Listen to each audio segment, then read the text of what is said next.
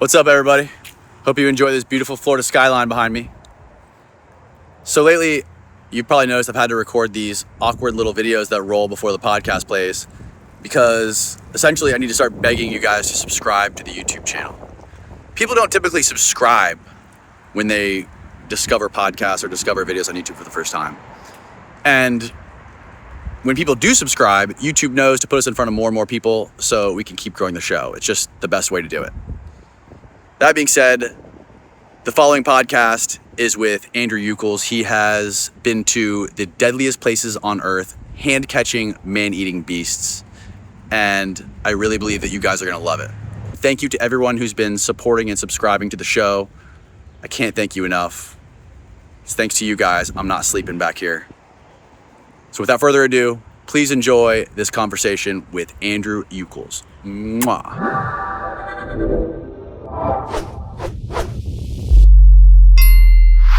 The most dangerous things I've been exposed to have been the diseases. I've caught so many, but no, as of yet.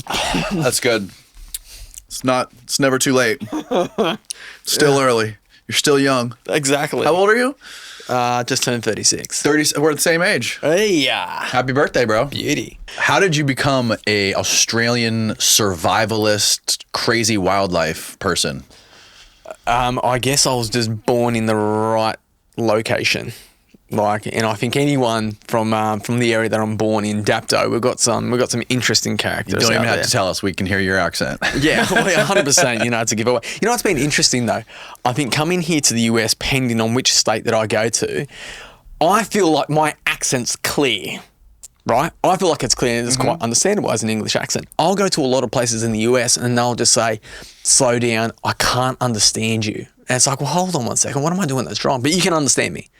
So Florida, it must be like a Florida thing. You can understand the Australian accent. Yeah, well, you said off camera just a minute ago. Can you say that again, what you said about Florida? I want to make sure we have that on record. Oh, 100%. So I think having traveled to about 20 different states here in the US, Florida represents a state that if I was going to come and live in, it would be here. And I think because of the climate, because of the wildlife, I think even when you're flying over it, like I was saying before, just like the vegetation structure and the matrix and all that kind of stuff, it looks wild. Well, it is wild. So yeah, Florida would definitely be number one. Yeah, we got everything here. Yeah. Coastline, we got the Gulf of Mexico, we got the Atlantic Ocean, we got the Florida Keys, we got the swamplands, we got tons of forestry, all kinds of hunting you can do, all kinds of fish, you catch every fish. I had a girl in here, Louisa she's Australian. Right. She was in here and I was talking to her. We were talking, she's like a health person. She's like a neurophysiologist, right? So she's all into diet and all this stuff. Yep. So we were talking about fish and she's like, you got to make sure you're eating the right fish. I'm like, well, yeah, we live in Florida. I'm like, I eat fresh fish all the time. She's like, yeah, but you know where you're getting it from? I'm like, yeah, it's the Gulf of Mexico. We literally catch it. I go on a boat and I catch it. She's like, yeah, but it's not as good as fish you get in Australia. I'm like, what? Do you think Australian fish is better? Well, I don't know about that. Just recently I went out on a fishing trawler and essentially this is in the northern part of Queensland where they do like a lot of like coral trout fishing. And I think what's interesting is when you're fishing for coral trout, you're also going to be catching a lot of like byproduct species as well. So you got like the wahoo, you got like the barramundi cod, you've got these like giant emperor cods as well. But what's interesting is a lot of the fish species there actually have what's called like the ciguatera that they acquire through like bioaccumulation from consuming. I just ate some barracuda the other day. Yeah, well, there you go. So you got to be incredibly careful. Like, even in Australia, very careful about what species of fish that you consume in. So, yes. So I know the barracuda, I think it's the barracuda in the warmer climates are the ones that have the sig, and the ones that are in like up north in the colder climates don't necessarily always have it. But yeah, my dad made some barracuda fish bread the other day. He didn't even tell me. He just brought it to me. He's like, hey, try this fish bread I made. I'm like, oh, goddamn, it's delicious. He cut up some jalapenos, put it in there. I was scarfing it down. He's like, yeah, it's barracuda. I was like, oh, shit. Wow. Well, I'm still alive. Definitely. I mean, another friend of mine, Manny Puig, he's the guy, you know who Manny? I love him. Didn't we all grow up like watching him on Jackass? Yeah. Apart from Steve, who was, I think a little bit before that. Yeah. I think Manny was one of those people that was relatable. It was almost like that crazy next door neighbor, the guy that's swearing at the lawnmower kind of guy, that just had something relatable. And I think he had an amazing skill set. You know, he spent so much time out there in the wilderness. He had, a real special connection. And when I walked in, I saw these and I was just like, that's definitely Manning's signature right there. Manning was the one who told me, he was the one who got me interested in the ability to eat barracuda. Yeah. So he was saying he eats barracuda all the time, and he catches them with these things. And there's videos of him catching barracuda just with a knife swimming. Right. He just like swims up to him and stabs them and catches them. But yeah, man, Manny is a very unique mother. He grew up in Cuba during the revolution, like right after the revolution. Wow. He was the one who introduced me to Felix Rodriguez, the guy in that podcast we were just talking about. Right, gotcha. And Manny's dad fought with him in Cuba during the revolution for the CIA, and Manny's dad actually got caught and executed. Oh, no way. Yeah, Felix is his godfather. From a very young age? I think after he was, I think Manny was around 5 years old when his dad got executed. You know what I find interesting? For the majority of the people that I've met within this industry that have a real deep, okay, so you can have a skill set, right? But then there's this next kind of level that you get to. And that next level is to do with understanding animal behavior. What I've noticed for a lot of people in the industry that just have that edge or just have that extra skill set, that extra talent, is generally there's been trauma in their life. Yeah. And I know for a lot of the people that I've talked to who have had bad relationships or even maybe no father in their life, they often find a relationship in nature that they normally, like a normal adult son would find a relationship with their father, they find a relationship in nature. And for me, that was the case. Interesting. Because I didn't get along with my father at all. Really? I think, and it's... Look, he was the most supportive father in the world and loving, but we just didn't get along. We couldn't stand each other. We just couldn't. Even until today, we couldn't stand each other. And I think what's interesting is having seen a lot of guys in this industry which are really good, that next level good, we all have a very similar kind of thing. And I think that's probably something that's probably happened with Manny at that age, is he found a relationship with nature and that fearlessness in nature as well that gives you a sense of control. Yeah, man. The most interesting people, I think, have had to deal with a lot of trauma, most likely early in life. You know, so like what you were saying with Manny, and that's interesting too. The similarity between you and him. You know, he talked about how when he came to the U.S. and he moved to Florida and he went to college, he was just basically skipping school and going on solo treks in the Panhandle by himself, just like wandering through the woods for weeks with just a knife and a backpack, like catching and killing stuff and eating it and just surviving on his own by himself for weeks. That's all he wanted to do. Well, that's empowerment. You know what I mean? That's self-identification, that's empowerment. And I think that's something that, that's obviously character building. And you can see that in someone. And I know for the guys that I've met in the industry, which are really good in the survival realm, we're all self-taught, and I think a lot of the times we will try and reflect and say, we've spent a lot of times with the Indigenous people and all that kind of stuff. And retrospectively, yes, there's a lot of skill sets that can come from that. The best skills are the ones which are self-taught. That's time in the field. It's through mistakes. It's through failures. I can tell you what, like I've went through a lot of failures on almost every continent, but that's where your knowledge, that's where your understanding comes from. That's where your ability comes from. How many continents have you been to? I think most of them, except Antarctica. Really? Yeah. So, look, obviously from Australia, but I've spent time in Southeast Asia, a whole bunch of countries there, like through Cambodia, Laos, Thailand, Indonesia, Myanmar. That's where the previous discussion with Forrest, where we'd done filming there in Myanmar. Is Myanmar where the crocodile massacre was? That's correct, yeah. Okay. Yeah, in northern parts there. Spent time in Africa. I've been to Africa twice now. South America, I've just flown in from Colombia. But look, every single environment that you go to is going to have different challenges, and I think there's an old saying, I'm just trying to remember who said it, and it goes into the philosophy of this whole life that I've had of catching animals around the world. But an animal is only dumb to a man's dull perception. I'm just trying to think who said that quote, but it makes so much sense because for every environment that I've went into and I've looked at an animal, I've thought to myself, oh, this is going to be real easy to catch. Doesn't he send me on a spiral? You know what I mean? Like quite literally. It doesn't matter if it's beavers, and this is all stuff like catching by hand. You know what I mean? This is not, this is mano y mano, one-on-one, level playing field. I'm going to try and catch it, and I'm going to do anything that I can to do it. And I guess there's got to be a persistence gene. I think that's probably one of my big mental problems is my persistence. Is there'll be something and I'll be like, I'm not leaving until I catch it, or I'm going to die doing it.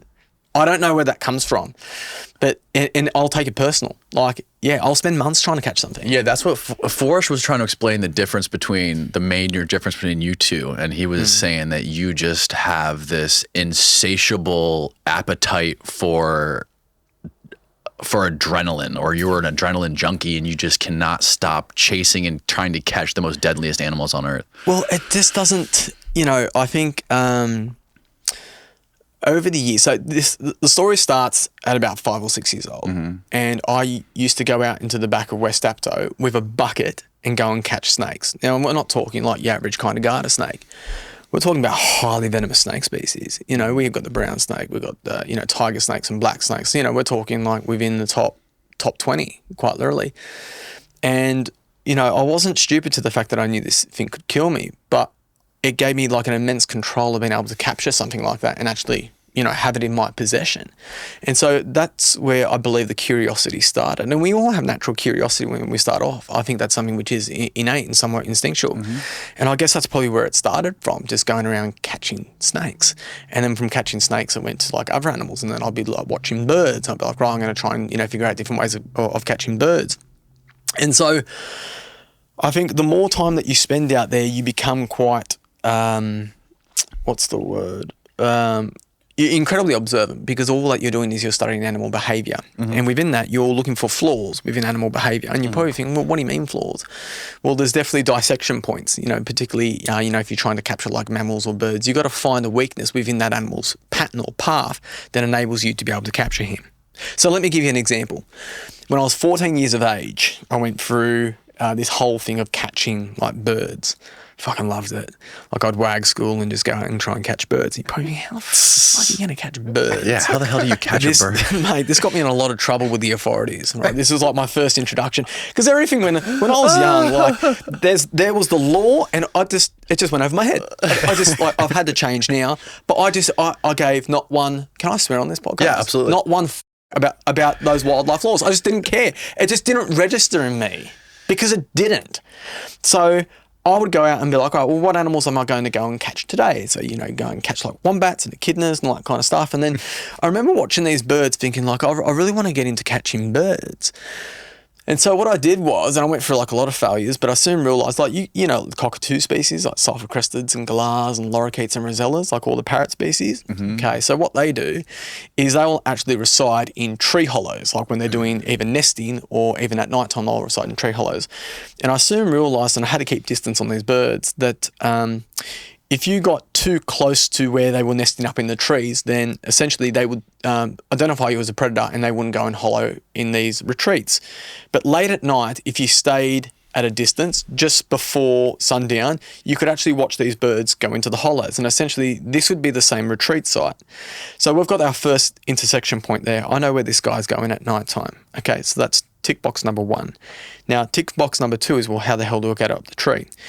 And so you'd get there to the tree and you'd soon realise that if you made noise, even at night time, if you made noise trying to get up into the tree, well, the bird would hear you and then it would take off. And that's probably like a natural instinct with the bird of like, the goannas, the monitors climbing up the trees and hearing the scratchings and stuff and being like, oh, there's a predator, I got to evacuate. Right. So what I'd do is when the birds were out feeding, I used to cut these like Rio, like the steel Rio bars, like reinforcing bars. And so what I would do is I'd take like a handful of them and I'd nail them up into the tree to where the hollow was. And I'd do it in the daytime whilst the bird was gone. And so at night time, I'd come back and I'd even go to the effort to put like socks over my shoes so I wouldn't make a noise. And so I'd climb up the tree at night time and I'd have a net and I'd get up there to the hole and I'd put it over the hole and I'd bang on the trunk and then these cockatoos would fly out and then boom, I'd have my cockatoos. Loved it. And what would you do with it once you caught it? I'll tell you what happened. So my dad my dad, as much as like we had conflict, somehow he supported my antics, you know, throughout the years. And I'd just bring all these birds home. So he built this big aviary in the backyard, and I had like all these different animal species, and I had like kookaburras and king parrots and like all these like really highly protected bird species, right? But it was entertaining. It was fun, you know, and I'd have friends come over and all that kind of stuff. Anyway, sooner or later, the authorities cracked onto me, right? And I remember it was like a Thursday. I just finished school, and I remember this knock on the door. I opened up the door, and there's this ranger. Hi, how you going? We're just doing routine inspections on aviaries in people's backyard. Do you have an aviary in your backyard? And he was from like the New South Wales, the New South Wales National Parks and Wildlife Service. And them to me was like the enemy. Like they were like, you know, like Darth Vader to me. And I just thought to myself, I've got an aviary in the backyard. And I thought to myself at this point in time, I was like 15. I'm And he went into the backyard, and like all these birds are going ballistic. I would have had about 30 birds in there. And he was there with like another person. They're taking pictures and all this kind of stuff. And he goes, where have you gotten these birds from? I said, what do you mean, where have I got them from? I've caught them. He goes, who's been catching them? I said, I've been catching them. And he says, all right, well, you know, what traps have you been using? I said, I don't use traps. I said, essentially I use my hands. And he's just like, and he's taking all notes of this. And he goes, can you sit down for a second? He sits me down, right? And he goes, well, how you been catching these birds? Honestly, you need to tell me. And so I sat down and I told him the process of how I was catching these birds. And I remember he was looking at his partner just thinking to himself, like, fuck, where the fuck does this guy come from? You know, like literally. And anyway, long story short, because I was a minor, they gave me like a warning. And then they had like another lady come in from like the animal services and like, you know, take all the birds and stuff, which I was completely devastated. They let me keep my favourite bird, which was a galah. So did you have like a net? Winning. Did you have something over the top of the backyard so they couldn't get out? Yeah, no, it's called like an aviary. So like a mesh aviary. Imagine like a big ass chicken pen. Got it. Right? Okay. And so so that was my first introduction to the law, and it was a warning. And then I guess since then, you know, I went through my escapades of going around and catching animals around the world and like docking and ducking and dodging all the laws, you know what I mean, and jumping through loopholes and all that kind of stuff. And that can be stressful. You know, I was getting pulled up at airports, you know, interrogated, investigated. What footage do you have? Show us your phone, this and that. It got to that point, quite literally. 100%. It got to points where I was sending hard drives and SD cards back home because I didn't want anyone to see what I was up to. Wow. Oh, yeah, 100%. Yeah. But it was all in the love of doing what I was doing. I loved catching animals. I can't explain it. I just recently went to Colombia to to Central America. And even there, I'm trying to go on holiday. I can't help it because I'm watching monkeys and coyotes and all these animals just thinking like, you just have something in you that's just like you need to catch animals. I don't know what it is. When something's evading me, I just want to chase it down. I just want to catch it. I haven't been as successful with women, unfortunately. But that's what I was gonna say. So you gotta be careful with in the States. Yeah, but it's just been something so instinctual within me, you know. And I think as it's come through now, and I've developed this skill set and this ability. I've had to turn my ways into a way which is more legalized and doing things the right way. And only recently has like the government essentially like started to open it up and say, all right, we'll give you permits to do this and this and this. Oh, cool. But you know, you play by the rules, Andrew. So I've always kind of been that. So after you started catching birds, what did you move on to? Just anything and everything. By the time I was 19, I went to Africa and I thought I'm just going to go after everything. And my parents literally thought I wasn't coming back. Huh. Yeah, 100%. Yeah, it was tough, eh? I was there for like 4 months, from Kenya to Zambia, Zimbabwe, and I just went there catching everything, all like the highly venomous snakes. And this is like in the early days of YouTube. This is early days. Yeah, you started your YouTube channel a long time ago. Yeah, a very long time ago. And for that, it was different. It was, for me, it was a lot of comedy, but teaching people. It wasn't about being, now it's changed. It's about being famous. It's about creating a bronze statue of yourself, like a martyr of yourself. A lot of it is. Mm-hmm. You know what I mean? And I think when I started out, it was very organic. It was real. It was genuine, and people saw that. You know, Right. and that's exactly what it was. Mm-hmm. And look, I think it definitely had its time and period. You know, there were video uploads that I was doing and getting, 250,000 views in a week, and it was just going dun dun dun dun dun. And it was at that point in time, I was kind of like, well, where's it all leading to? Right. And then I went and done a number of documentaries. So I've done 3 documentaries, which they're on Netflix, not in the US, don't know why, but it's in the UK, Ireland. So you gotta get a VPN? Discovery Channel. Yeah. So, so I've got a series called Born to be Wild, which follows like my escapades of when I was doing freelance documentary work. And those were some tough yards, man. Like we were talking about before, like proper tough, blood, sweat, tears. I went through hell. And then it got to a point where I was watching, I won't name them, but I was watching other wildlife presenters on YouTube, on the Instagram, just getting an accumulation of resources and viewerships and all that kind of stuff. But I was watching their stuff and saying it's scripted, it's staged, it's phony, it's fake, and it's not real. And these individuals were developing just these very cartoonish characters. Yeah. And they went in with a business plan, they went in with a production company, and they just took over. But I didn't want to sell out. I never wanted to sell out. I wanted to stay genuine. Right. I really wanted to stay genuine. I think for people in the industry that know me, they know that as well. Yeah, man, it's an unfortunate part of media and show business and YouTube and all of it is that whenever anything becomes popular, whether it be a niche like the things that you're doing with wildlife or whatever it might be, a whole new format of media like podcasting, there's always going to be people that just like latch onto it and try to monopolize it and monetize it as much as they possibly can. 100%. So they'll take whatever it is like you've been doing for your whole life because you're passionate about it and uploading content. You were one of the first people to do it. Once people see success, they smell blood, they smell money, and they're like, how can I reverse engineer what this guy is doing? Well, look what he's doing. Okay, we got to go to Africa. We got to get in front of these animals. 100%. I got to wear this hat. We're going to name the YouTube channel this. What color should we use? I'll change my name. Exactly. They change their name. This is the It's story weird. of Coyote Peterson. I fucking hate that guy. Who is he? If you can ever set up like an MMA ring or whatever, get this guy there because I want to fucking flog him because he did exactly that. He watched what I'd done and he was like, "How do we capitalize on this guy?" Even seeing him, I want to punch him. This episode of the podcast is brought to you by Bubs.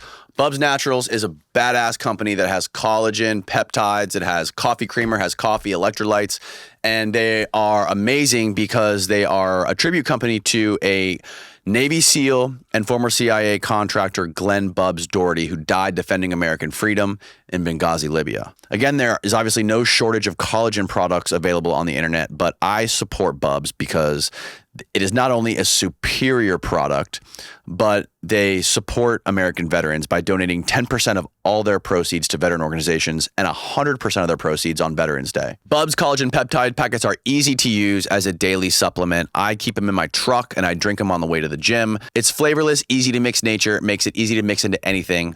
I prefer mixing it in coffee. You may not know, but after the age of 25, your natural production of collagen starts to fade, which can severely impact your skin. And an interesting thing about collagen is the more you supplement with it, the more your natural production increases. Since I started using it a few months ago, I've already noticed a huge improvement in my joint connective tissues, my skin elasticity, and the overall quality of my hair, believe it or not. You can support Bubs and this podcast by visiting bubsnaturals.com and using the code DJP at checkout for 20% off your first order. Again, that's bubsnaturals.com and use the promo code DJP at checkout for 20% off. It's linked below. Now back to the show. This guy in ABC News. I can't stand him. Coyote Peterson. I can't even look at him. So it's like some Hollywood agents get together and they're like, okay, we need a wildlife show.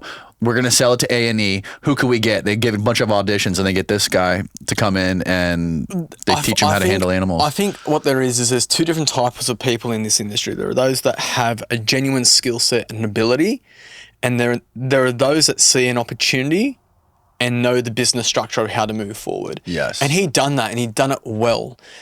I think the problem is when you go into something and you're like, right, we're going to create a brand, we're going to create an image, we're going to create a bronze statue, which is exactly what he's done. I think where the failure comes into play is this. They try to relate what they're doing, their motivations and everything else to other people previously. And I think Steve Irwin in Australia, right, was one of the most brilliant, one of the most passionate conservationists on earth. An incredibly lovable person. Do you want to know why? Because he was genuine. There was nothing fake about him. Right. He was genuine. Right. He was genuine. He did what he did because he was a true identity, and he done things from a different place. When I watch people like that, he does it from a place of how can I make a brand into myself. Yeah. You know what I mean? And his IMDb page wearing a goofy hat. I want to fucking flog him. I fucking want to flog him. I fucking can't stand him. Anyway, maybe that's just like the Australian in me. Like, what's in this drink? It's called Kratom. There's rum in this drink. I said there's rum in this drink. But look, at the end of the day, one thing I do respect, regardless of who it is in the industry, is I respect hard work.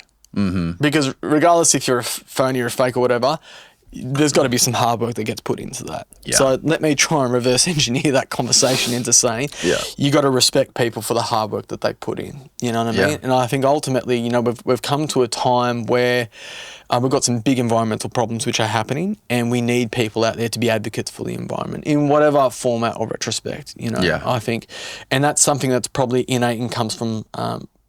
I know for myself from my childhood, because that was me being connected to the environment. It was like because that connection was there and I felt empowered by the environment.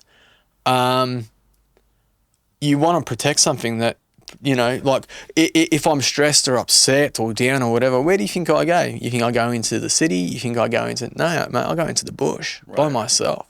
That's where I have my power. That's where I have my connection.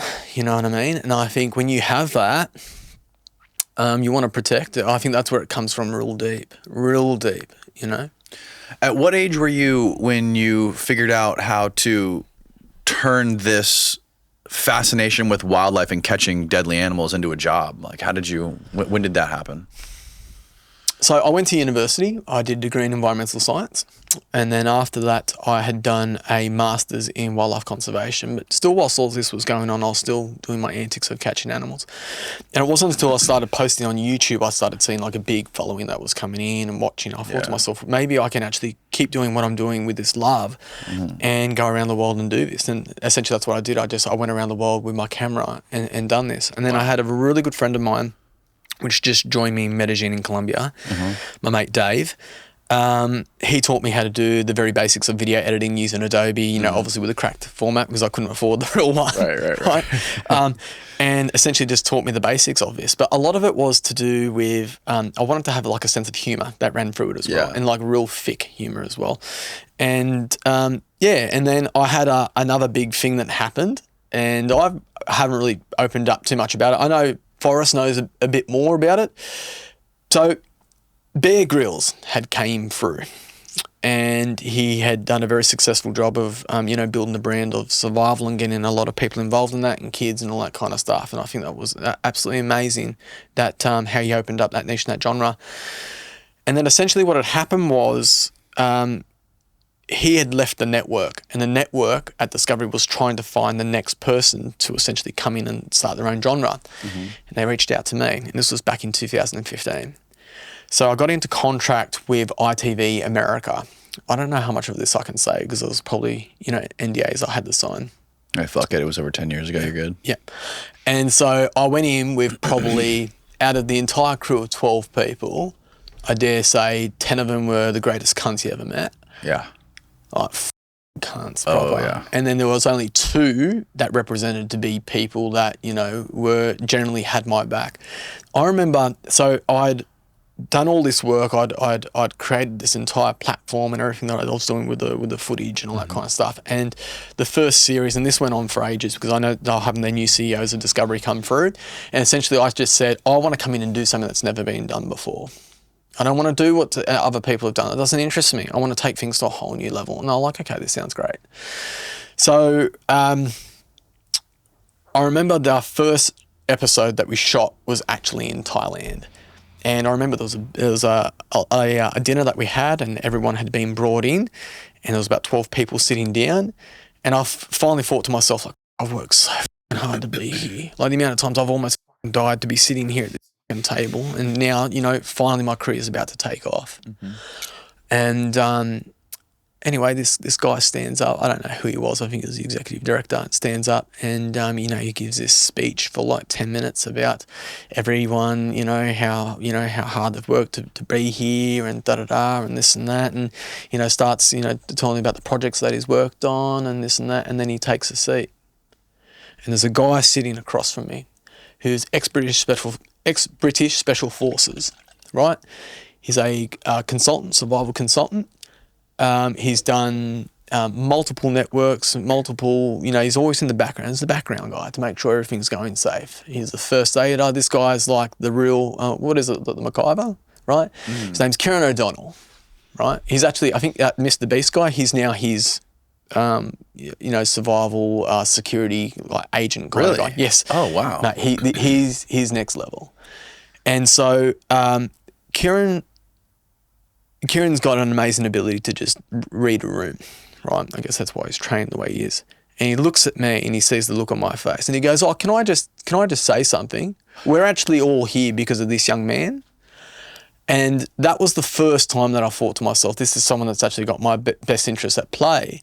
And it was just, I don't know, it was one of the most disheartening introductions to American television or American productions that I didn't even know existed. You know, it was just, this guy was just like, you know, we're here because of me. And it's just like, fuck, man, like I've just worked my entire life to get here and he hasn't even fucking acknowledged me. You know, and I think that was the start of the whole thing just going downhill. We got 3 episodes in, they ended up cancelling the entire fucking production. It was a multi-million-dollar production. Why did they cancel 3 episodes in? I think for one of 3 reasons. One was I almost died twice. You almost died twice? Yes, that's correct. Yeah. Okay, what's the other reason? The thing was, I said to the network is this is no around. If we're going to go in and do this, there's no, you know, fucking, you know, the fakery and all that kind of stuff. I really want to go in and do this and take things to the whole new level, which ended up me being in hospital twice. I almost died once. That was bad. That was a bad time. The other reason was, I'm not going to say who it was, but I had a co-host that had been brought into it and we just didn't get along on camera. I wouldn't use that word, but we didn't get along. Look, I think I respect that person. Okay. And, but we didn't get along and, the show never went to air. That was a sliding door opportunity and it got burnt in front of me. And I still don't even think I've ever recovered from that because I knew that was my shot. And I remember talking to Forrest about that. And he was like, "Don't worry, man, that was the wrong time. You know, there'll be another time, this and that." And then he ended up getting us on a show called Face the Beast, which was for history, because he goes, we know you've got this talent, we know you've got this ability. And he's actually just put me forward for another pitch of a show on Animal Planet. He's just like, you've just got to get your time. I'm like, yeah, you're like this. You've just, you know, you'll get your shot. You can pull it up a little bit too. Just keep it like this far. Yeah. So, you know, Forrest has always had my back because, you know, he knows what I'm like. But yeah, so I think I've had a bit of everyone has a rough road coming in, you know, and there is, regardless of how hard you work or the talent that you've got, you know what you need? Man, you need luck too. Yeah, man. The drudge and the reality of fucking Hollywood and old television is just so soulless. and it sucks the goddamn life out of you. And I was telling you off camera, that's how I got into this, like the whole documentary stuff. But prior to me doing the documentary stuff, I was doing documentary stuff for television and trying to sell it to television. And after years of that, that's when I quit and decided to go 100% onto YouTube. But it sucks. There's no creativity in it. It just turns into numbers and money and a P&L sheet and lawyers, and it's just, there's no creativity, and it's not fun. When you're just waking up and following a call sheet schedule, being a certain place at a certain time, make sure you get the shot, and then you're gone. When you do it yourself, like when you're doing YouTube, you can just fly by the seat of your pants, go have fun, and film cool shit, and not have to worry about any of that, that horse shit. But I meant to ask you, when you were there, how did you almost die twice? Do you remember our first discussion about the leptospirosis? Oh, were we recording for that, by the way? Gosh, I have no idea. Probably not. Tell that story. Yeah, tell that story. Is that one of the reasons you almost died? Lepto. Oh, shit. Almost got me. Yeah. So I've had a number of diseases over time. Yeah. No STDs, but I've had a number of diseases over time, right? And so, I've caught in dengue, I've had malaria, I've had schistosomiasis, I've had leptospirosis, I've had micromarinum, I've had I've had a lot from nature. So the one that I almost died in, and this was with the film shoot with Discovery, was leptospirosis. And the way I believe I'd got that, I was going for those. It's called like a water monitor, those big Asian water monitors, and we were on like the back end of like a farming kind of area, and the water was essentially that grey water, where there's a lot of effluent and like all that kind of stuff. Once again, I was just that immortality kind of like nothing can kill me kind of phase. How old were you? 24. 25 at the time. And so here I was duck diving, in and out of the weeds and all that kind of stuff, trying to get these water monitors and, going underwater and all that sort of thing. And I must have accidentally ingested some of that water. And it was, like most of your zoonotic diseases, it's going to take, an incubation period of 4 or 5 days until it kicks in. And I remember when it kicked in, so the guy, Kieran O'Donnell, he was there with me, and he just sensed it. He goes, "There's something not right about you, eh?" I said, "No, man, I'm feeling pretty ill, pretty sick." He goes, "Yeah, maybe you're dehydrated." So we went to a Vietnamese hospital, and the doctors are walking around with like no shoes. It's like blood on the ground. It's bad. You ever been to Vietnam hospital in the north? I haven't. It's bad. Proper bad. It's like cats like walking through the surgery room and stuff. I'm like, fucking, Jesus Christ. Pass me the scalpel, and it's like a monkey that's doing that. Oh, God. No, it's bad. And so I ended up in hospital there. I remember I went through 2 bags of IV, and then Kieran was like, "Oh, well, that should do the trick." Went back there to the hostel. And all of a sudden, my body just dropped again and dropped again and dropped again. And essentially, my body was just shutting down. Ended up going to the hospital, was there for, I think, 3 or 4 days. And they were just giving me what's called like shotgun therapy, which is essentially they're just giving you every kind of antibiotic under the sun and trying to get your body up. And it did. I think for about a week, it done it. And I was fine. Finished off the shoot, got to Australia. In ARNHEM Land, which is a really remote part of Australia. And the first day of filming was me going out and trying to catch a donkey. And I remember I'm running after this, because there's plenty of wild donkeys out there. I'm running after this donkey. And then I just collapsed. And then Kieran once again was like, "What the fuck's going on? There's something going on. There's something like more sinister going on here." And I remember he literally like picked me up and carried me to the buggy. He was like, "We need to get him to hospital now." And I remained in hospital for just over a week there, fighting leptospirosis. I don't know what antibiotic they ended up giving me. It was all obviously IV. Jesus Christ. But I remember shutting down. The scariest part about this was they didn't know what it was, and they ended up flying a specialist doctor from the CDC from Darwin down because they had actually suspected that I'd caught rabies. Oh, really? Yep, because I was catching all these weird and wonderful animals through Asia, getting scratched, bitten up and all that kind of stuff. And the doctor there was like, "Hey, like this guy's had some interactions, like his signs and symptoms are very, it was like almost like zombification like rabies is." And they ended up flying down a doctor. And you know what's scary about this, Annie?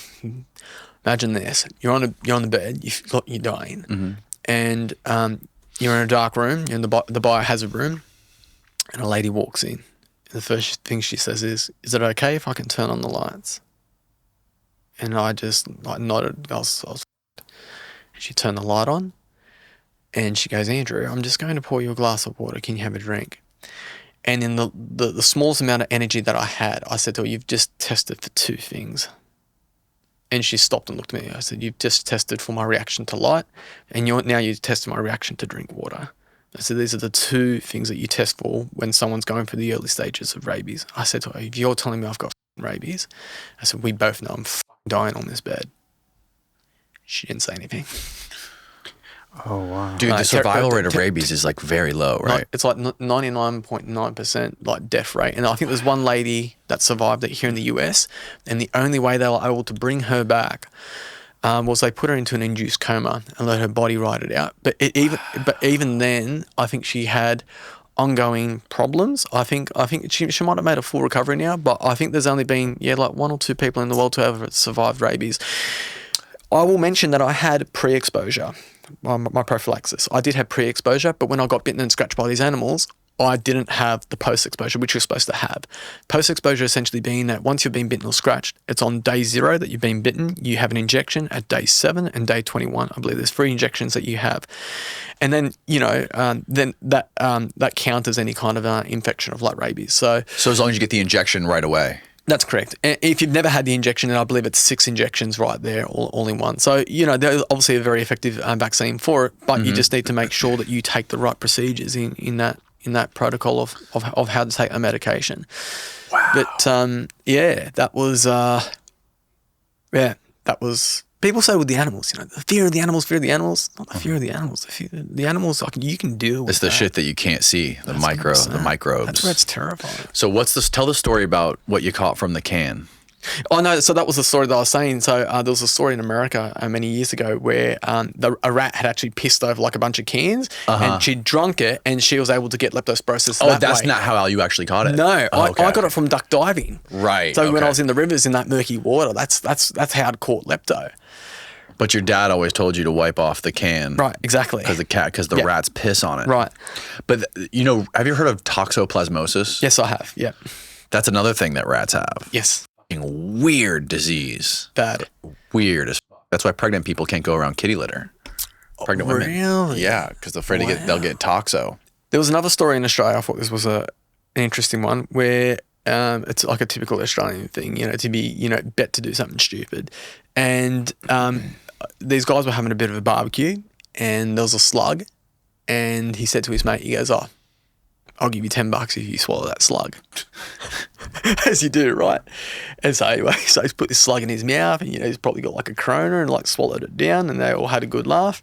Anyway, a couple of days later, he ends up in hospital and they're trying to track down what's happened to this young man. And, they're obviously calling his mates and being like, has he been taking any drugs? Is there anything out of the normal? And da-da-da. Eventually, one of the guys said, well, he did swallow a slug a couple of days ago. And then all of a sudden, like, bing. So slugs can carry, particularly if they've, I think it's, once again, through rats, I think like that's just the main vector. If they've been feasting on like rat feces, there's a parasite that they can ingest, which is called, it's like a type of, the name of it's called rat lungworm. Okay, it's a parasite. And essentially, once that parasites start developing in you, once again, it's like an automatic shutdown of the body. And he died. Dude. He died from this. No That's another scary. Yeah, rat lung. Yeah, is that it there? Rat lung. Sorry, I clicked off of it. That's the one. Angiostrongylus cantonensis. Wow, rat lungworm, also known, that word I just said, disease that affects the brain and spinal cord. Ooh, that's terrifying, man. Oh, yeah. And even in Australia, we've got a form of rabies, which is called, I just lost my mind. What's it called? Lyssavirus, which is essentially like a strain of like rabies that we have in Australia, and that's spread through bats. And so that's another thing. I won't touch bats. Really? Any other animal? Yeah. Okay. Well, let's go. Bat. No. So those are the only animals that you're afraid of? I will not. The parasites that you can't see. But But because I've seen it. Like I said, I've went through that process. Mm-hmm. There could be a fruit bat flying around in here, and I'll say, "Danny, he's all yours. Go for it. Watch the wings. Make sure it doesn't bite you." Yeah, scary stuff. You and Forrest were talking about the honey badger. I had no clue that the honey badger was a dangerous or scary animal at all. I mean, I guess I don't know jack shit about the honey badger. Definitely. But can you explain why the honey badger is so scary? I can explain. Did you actually catch one? I caught one, and I can tell you the original story when I was in Africa the first time. So, generally, when I go into a country, I go into a country with like an objectives list, right? Whether it be Peru or Bolivia or Thailand, I'll literally have a list of animals that I want to go in there and capture. And once again, I undergo a process of identifying where the animals are, how they utilize that environment, and then trying to break down a pattern on how to catch that animal. The first time when I was in Africa, I was in the western province of Zambia. And it was hard because obviously I can't speak the tongue there. So you got to get quite creative on trying to, explain, what you're after. So I remember there, I was with a tribe of African guys, and I was trying to explain this animal that I was after, being the honey badger. Porcupine got him, okay. Yeah. Well, he got the porcupine, but yeah, He paid the price. He paid the price. And so I remember, I had all these African guys behind me, and I was drawing out this image of this animal. And then I explained to them, this part's black and this part's white. And one of the guys from behind said its name. And then everyone just started laughing because they're like, you want to catch one. And they're just like, you could see that and they're fearless out there. And they were just looking at each other being like, how the f*** are we going to try and catch one? He's like, all right, yeah, maybe we can figure this out.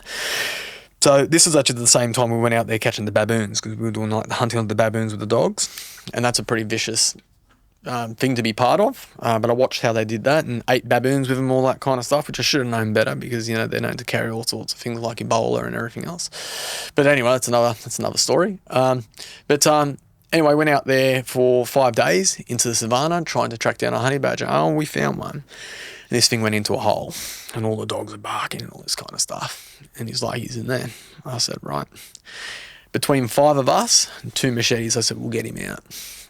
We started digging a hole and digging to the point that we're digging a trench, literally, like a trench that you can walk through. And we're all taking turns. And it's funny because as we're digging, noticing, and I can hear that this animal's digging as well. And even between 6 of us digging, this thing's digging faster than us. And I'm thinking like, fuck, how the fuck are we going to get to this animal? So I'm like, right, what we'll do is we'll dig a trench at the back, right? So where he's heading, we're going to dig a trench all the way down, 3 meters down or 2 meters down, and we'll corner him out that way, right? And I was thinking of all sorts of things. Smoke him out, put water down there, all the different tricks. Maybe if we put like some rags of diesel, we can roll that down there, the fumes, and get him out. I was trying to think of all these little tricks that I'd used in Australia, like, trying to get Australian animals out of holes. None of it worked. And I thought, right, let's dig this trench. And by that time, we'd been working on this hole for several hours. And we didn't have a shovel. We had machetes. Were you filming this? No, I wasn't. Oh, you weren't? No. So I think there's probably 2 biggest regrets with filming. This is one, and another story, which is the baboon attack. Okay, we'll go to that next. Yeah. So digging. And that essentially what this animal had done is, because he knew that we were digging from a certain height, he just started digging down low. And so essentially he's just went under our trench. So you already think, like, we've already dug like 6 feet, and then this thing has just dug like an extra 3 feet below that and just kept on digging. Wow. So these guys essentially gave up on him. I said, no, I'm going to wait here until he comes out. I ended up spending 2 days there at the hole, and he never came out. He knew I was outside. And that's where it started. And you weren't filming it? No. You just stayed there for 2 days because you genuinely wanted to catch this fucker? I wanted to catch it. It became personal, very personal. And it represented the one animal at that point in time that I had challenged myself to capture, and I wasn't able to capture him. And that just stuck with me. I remember I cried when I got back on that plane. And then 10 years later, I got the opportunity to go there and try and catch one again. And I said to myself at that point in time, I'll become a citizen here, just so I can catch one. And yeah, I did end up catching one in the end. And you became a citizen? No, exactly. Okay. I'm now South African. They are. So how did you end up catching it? Well, interesting story. So I'd spent a couple of months in Zimbabwe, and I'd went high and low trying to catch one. I'd even talked to a whole bunch of people, experts in the field, the best of the best, and I've been sent to all these different locations. The problem about this animal is, unlike Java Muslidae, which is like the family group they come under, most of them have like a retreat site that they go into, like a hole, and they occupy that hole consistently. Unless, you know, they're breeding and they're going back to pups. This animal here is probably one of the most nomadic animals you'll ever meet. He can move 20 kilometres in a night. He'll utilise different holes. So trying to actually define a pattern, it's like trying to work out where a butterfly is going to land. You don't know. And that was one of the biggest difficulties in trying to catch this animal. Not to mention that they're an animal which is predominantly nocturnal, which is very difficult as well. Right. Not to mention that if you're in a landscape which is a 3D landscape, so like there's escarpments and, you know, a lot of rock formations, and there's like a matrix of vegetation and fawns and all that kind of stuff, good luck, because you'll see them and then it'll disappear. I don't care how quick you are through the bushes, you're not going to catch one. So the only way that they've been caught in the past is in like what we refer to as like a 2D environment, which is like open desert, like in the Kalahari and all that kind of stuff. We can see them from a distance and you can run them down, right? That's essentially the only way they can be caught, right?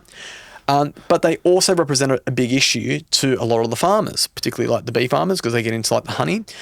But because they are a carnivore and a scavenger and an opportunist, essentially anyone that has like a chicken farm. And that was the location that I ended up getting one, was on a chicken farm. We set a trap. Chicken farm. Yeah, we set up a trap, and this was in South Africa. We ended up setting a trap, and we got one in an aviary. And I got a call that morning, and the guy was like, "Hey man, we've got one here. Don't know how you're going to go about this, but to be honest, I would not get in there with it." And it was funny because when I went there and I actually saw this animal, I said for one of the first times I really started feeling the fear, because there's no... Really? Yeah, 100%, yeah. Can you play that video, that honey badger, Steve, that 25-second video on the right? Is that real? I don't think that's real, no. We'll Press find play. out. Oh, this is a commercial. Never mind. I haven't seen this. There you go. There's the badger. Wow. There you Those go. are way scarier than I thought. He's got hands like a sloth. See if you can find the real video of the honey badger. Anyways, sorry to interrupt. You said you went, so it was in there and he didn't want to go in there. You said you're going in. The guy's like, "I'm going to stay on the outside. I'm going to film you." And he goes, "How are you going to do this?" I said, "I'll get in there and just work it out." And he goes, "Okay, good luck." And so he literally opened this door, closed it behind, and this badger, as I was explaining to Forrest, he didn't give a He was trying to get out through one of the corners, and he was just walking backwards and forth, and it's kind of stopped and just like looked over its shoulder, you know, that slow rolling look that like Chucky would give, like that. He's done that one. He's just like acknowledged me. He's thought, okay, right, I'm just going to keep working at this hole. He's doing this, and anyway, I've moved to the side and started moving towards him. And at this point in time, he's went right, so he's went along the side of the cage and actually walked to where the door was. So he knew my entry point.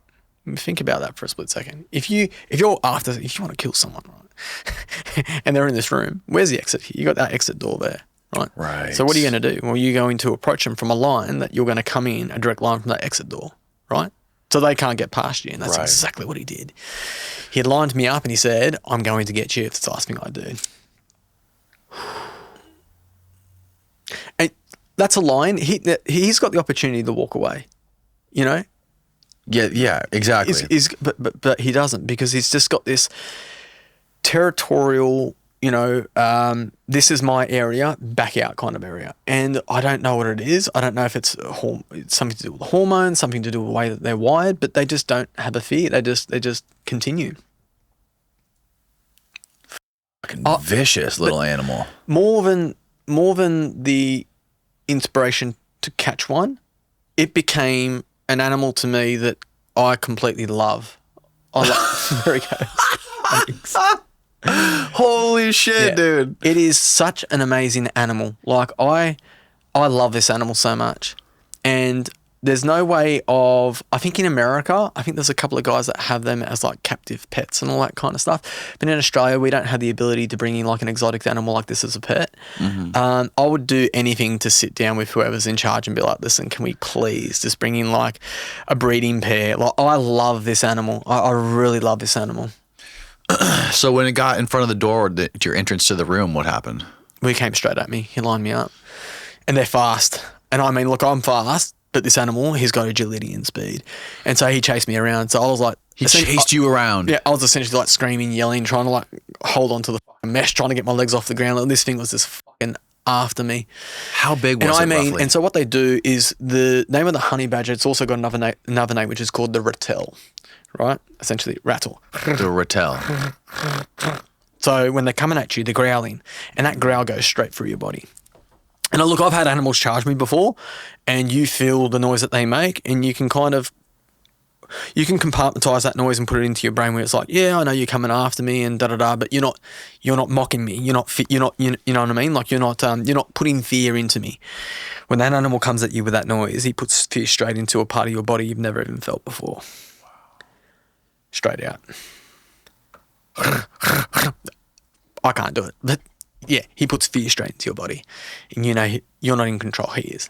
What would have happened if that thing would have caught you? Oh, he would have did. Oh, well, look, it's not like he's going to kill me, unless like if I tripped over and got me on the neck, different story. But he's going to just the same way of probably being molded by like a small pit bull, I dare say. Really? Yeah.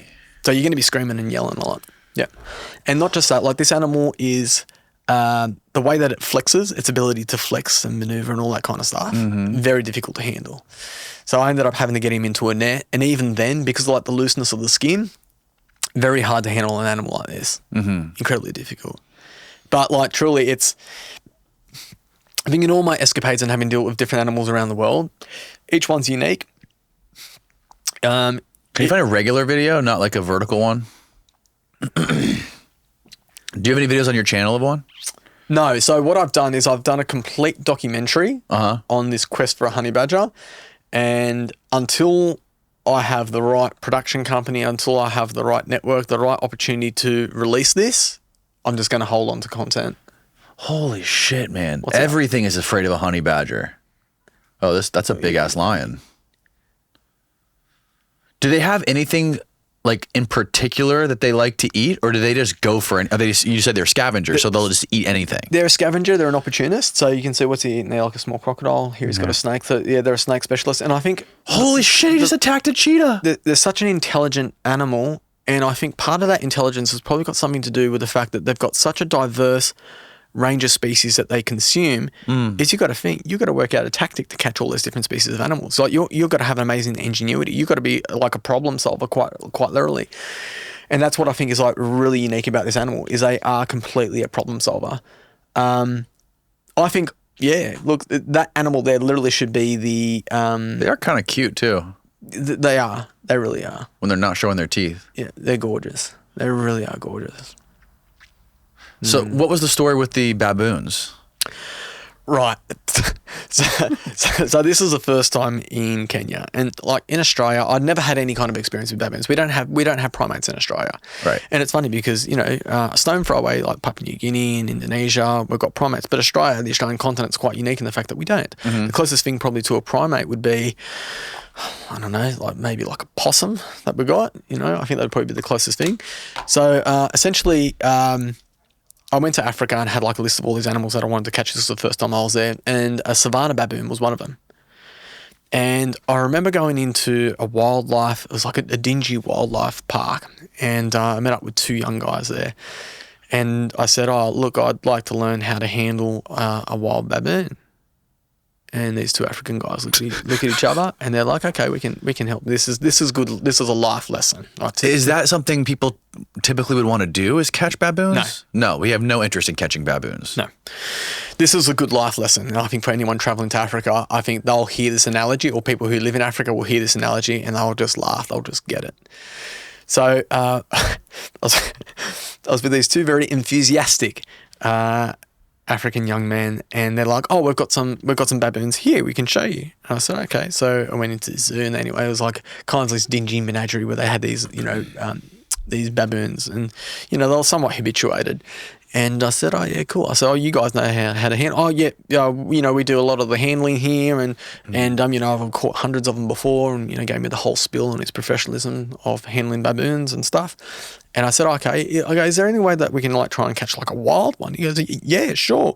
He goes, actually, at the back of the zoo, we've got a bit of a cage trap that we can set up. And I remember, so we go down the back of the zoo, and I had another guy that was with me that was filming, and I employed just a street kid to film. Actually, this is one of the documentaries that I got up on Netflix. Oh, really? Yes. It was a 14-year-old street kid, and I taught him how to use a camera. He filmed That's badass, Yeah, dude. he filmed the entire thing. He filmed the entire thing, and this kid was fearless. Whenever I was like, right, elephant charging, I need you behind me filming. He'd be like, yep. He was That's sick. He was a yes man. That's cool. He was a yes man. So anyway. And he's a local. And he was a local. So he could speak the tongue. So anyway, I felt like he should have been my first cue, because he was kind of smirking a bit suspicious about all this whole ordeal. And anyway, went down there to the back of the zoo, and there's this big cage trap that's set up there. And anyway, we bait it with pumpkin and everything else. And the guy's like, okay, we'll catch you. We'll give you a call. And we're only about 20 minutes out of town. I remember that morning, it was 5:30 in the morning. Early, sunrise. I get a call. Andrew, we have a baboon. that was literally the thing. I said, oh, great, fantastic. I said, we'll be down there. And anyway, so I remember getting there, and early morning, and this thing is going wild. As soon as it spots eyes with us, this thing is shaking the cage, and I'm talking a cage not much bigger than this table, right? Mm-hmm. About a meter off the ground, and it's going absolutely wild. This episode of the podcast is brought to you by Rocket Money.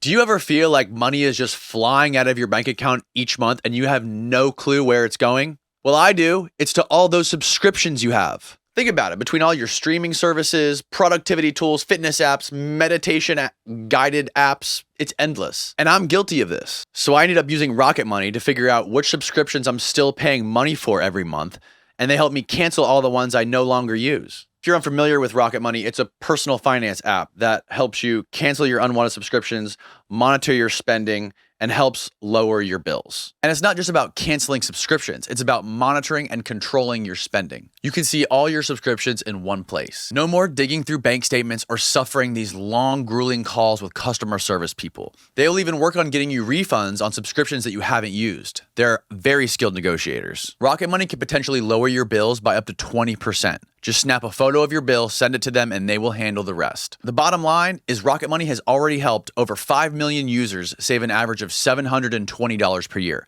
That's over $500 million in canceled subscriptions. Stop wasting money on things you don't use and cancel all those unwanted subscriptions by going to rocketmoney.com/DJP. Again, that's rocketmoney.com/DJP. It's linked below. Now back to the show. And my heart starts racing, a bit like the honey badger. Starts racing. I'm thinking, how the fuck are we going to get control of this animal? How much do you think it weighed?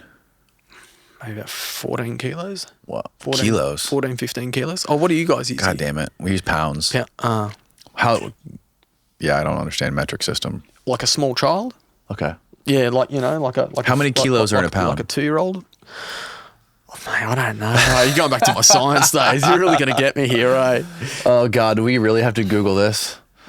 Steve, you don't know the answer? No. 1 pound is 0.4 kilos. So 14 kilos, 6 pounds. So 6 pounds. Okay, got it. 16 pounds. 6 pounds. That's like a newborn. Yeah. Oh well, about a 2-year-old kid. Okay, got this is a decent animal. And so Savannah baboon, muzzle like a dog. I'm not sure if you've seen the Savannah baboons. So if you type Savannah baboon, that's a Savannah baboon. Oh, okay. Yeah. Yeah, that interesting individual right there.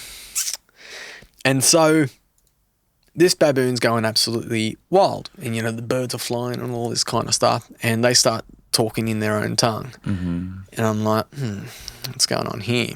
And the guy's like, oh, I'm going to use it. It's like a stick with kind of like a fork kind of thing. Mm-hmm. And I said to myself, what we're going to do is this. I want you to teach me how to handle this. I was about 24, 25 years old. I want to teach me how to handle this. But then we're going to put it back in the cage trap, and then I'm going to do it by myself. The worst mistake, this is coming to the 2 times that I didn't film, is the worst mistake that I made was not recording him teaching me how to handle the baboon. Right. Because I'm supposed to be, you know, this guy that's a know-it-all, and I'm going to come in, I'm going to show how it's done, and da-da-da. So You wanted to pretend like you knew what you were doing. yeah, exactly, 100%. Which I do a lot of the time. And anyway, so I remember I set up the camera, I set it on the tripod, and the guy's like, right, get up there on top of the cage and lift up the cage door. I said, okay. So as soon as I do that, now I remember there was only gaps on the mesh like so, and this thing straight away was trying to grab my feet. It was trying to bite me through the cage, and like they've got some teeth on them. Like, Oh, I mean, yeah. This is a gnarly animal.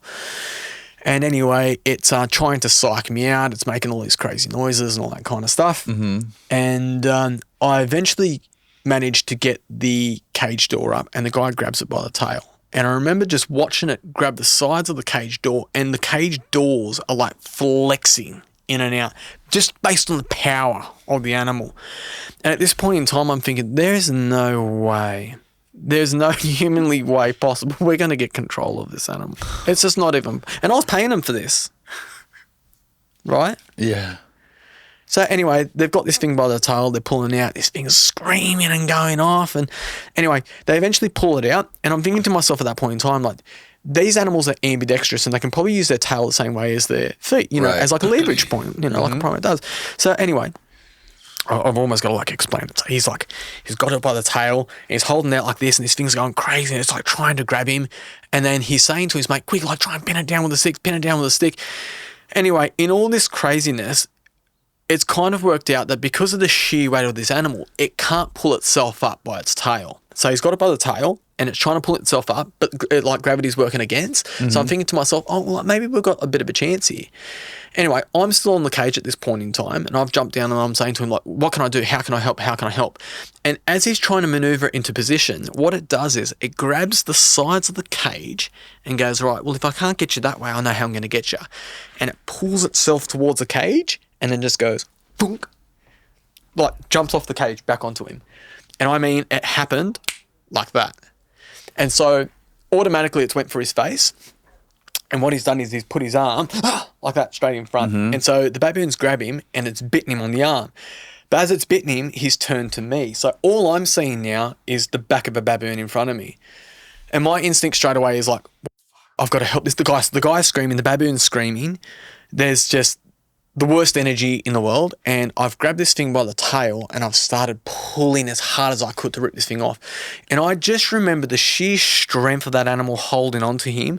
Once again, I thought to myself, there was no way we were going to get this animal under control. Impossible. It was just too powerful. The power in this animal, you know, quite literally. Anyway, pulling, and then finally the animal's released, and as it's released, it's hit the ground and tried to go for me, right? And I reckon I was maybe inches from being bitten as well. Anyway, Jesus it took off the Christ. tree, and his went off in shock, screaming. And I said, turn around, show me how bad it is. I need to see how bad it is. And he's went like this. And he's done like a real slow like that. And you know, like when you take like a bite out of an apple, but it's not like a complete bite, and it's like a flap kind of hanging. Yes. Just dangling off and of them. and just like bleeding. I mean, like pissing blood. So I took my shirt straight off. I'm like trying to like stop the bleeding and stuff. And I said to my my guy, quick, run up to the car and get the first aid kit. We need to get into hospital. Right. Anyway, yeah. So we end up getting into hospital. He ends up getting, and then this is how the story unfolds. Okay. First of which, he was only volunteering at the park. He'd never handled a baboon before. He had no inoculations whatsoever. He had no money, obviously. It was a life lesson going to Africa because I feel... have you heard of what they call it, the African promise? Yeah. They'll promise you the world. Oh, no, the African promise? No, Yeah, I haven't heard it's that. like, yeah. If you ask one of those like street kids, can you help me? Can you do something for me? It doesn't matter what it is, they can do it. It's 100% I can do it. And I thought what was absolutely comical, there could be a jet sitting outside and I could be like, hey mate, I need to, take a flight to Copenhagen. Like, can you fly the jet? And you look at the jet and be like, yes, I can fly the jet. We'll know what I figure mean? it out. And all this, he's only watched like a trailer of Top Gun, but no, he's a professional. You know what I mean? And Yeah, so it was one of those learning curves that you just be very careful when asking people for help in Africa, because a lot of times people will tell you that they're an instant expert, and it can get you into a lot of trouble. Because they want to make money. Of course. Right. Yeah. So I thought that was definitely a big learning curve, particularly for the second time that I went there again. But look, some beautiful people, beautiful culture. Some of the happiest people I've ever seen have been, some of the African tribal people that I've seen. There's a completely different way of life. Yeah. And really, I think it's a different reality for them, the way that they look at the world and through their lens, And I think I just come from Colombia and I've seen a whole other reality over there. Yeah, the world's a big place. Yeah, I had this guy Ryan Tate on the show. He fought in the Iraq War and he's a veteran, and he started a company called VetPaw, where military veterans who suffer from, a lot of veterans come back from war and they can't find meaning to their life anymore, right? Like after doing something like that, they come back and they have this just either trauma, PTSD, or like this hypervigilance where they're always looking over their shoulder because they're used to being in war zones, and it's tough. And getting just a normal working a 9-to-5 job just doesn't fulfill you like doing something like that does. So they need something more in their life. So what he's done, he's created this organization of these veterans that go over there and they try to protect endangered species and fight off the poachers over all the poaching that's going on with like the elephants and the rhinos and all that. And he was explaining to me basically like this civil war that's going on between the poachers and the rangers running the national parks over there, like trying to fight against the poachers. And the problem is these people are so poor. Historically, there's, obviously there's way more money for the poachers, and there's for getting the ivory and all that stuff. These guys have an opportunity to make a ton of money and like change their lives. So a lot of these guys will go from being poachers to then working for the rangers, trying to protect the rhinos and protect the elephants, and they'll go back and forth. So these guys have like jumped over this bridge multiple times, being on both sides of this fight, and it's fucking crazy some of the stuff they go through. And he was explaining to me they literally like they use their military training to like go into these poachers' houses at night and kidnap them and like arrest them. And it's just like I can't fathom what it would be like, growing up in a place like that where you literally you have to do terrible things to feed your fucking family. Like if I was in the shoes of these poachers and I had to fucking go kill an elephant to feed my kid, I would fucking do it, right? But it's a horrible thing to do, and it's like you don't need to do that. There's other ways if you can teach these people and bring in new jobs, or if you could even fund those rangers that are protecting those people or protecting those animals even more, it would make it Africa a much better place and save the animals. So yeah, look, part of when I went in there doing this documentary, part of it was doing the black market trade, and I saw quite a bit, particularly to do with the ivory products which had been sold. And I went to a couple of marketplaces where you could buy absolutely anything and everything. And actually, two people within this industry which I really respect is Paul Rosalie, which you've had Paul on. Paul's done some amazing work in the conservation space, and I think also has worked under the umbrella of VetPaw as well. And another friend of mine, beautiful person, is Harry Turner. Released a documentary last year that won a Grammy called, actually he'd be a great person to get on the podcast, called Wildcat. And essentially he was a British soldier and had went to Iraq. I think he'd done a tour in Iraq, and some pretty bad stuff had happened to him over there. And he was medically discharged. And I don't want to tell too much of his story because I think he's got a really interesting story to tell. But he ended up going to, there's Harry. Oh wow, recent documentary. Yeah. So I was in the jungle with Harry for quite a period of time, and we know each other's antics quite well. And he done a documentary on. Look at that guy on his connection with an ocelot cat. Click on that top left photo of him, like nose to nose. He's looking sexy there. Don't worry, I've seen him naked. Oh yeah. Wow. So he was actually with Paul as well in the jungle. Oh, no shit. And so look, he's got a heart of gold, but he's obviously been exposed and seen some stuff as well. Yeah. And that once again, that's his story to tell. He's what he's been through, but.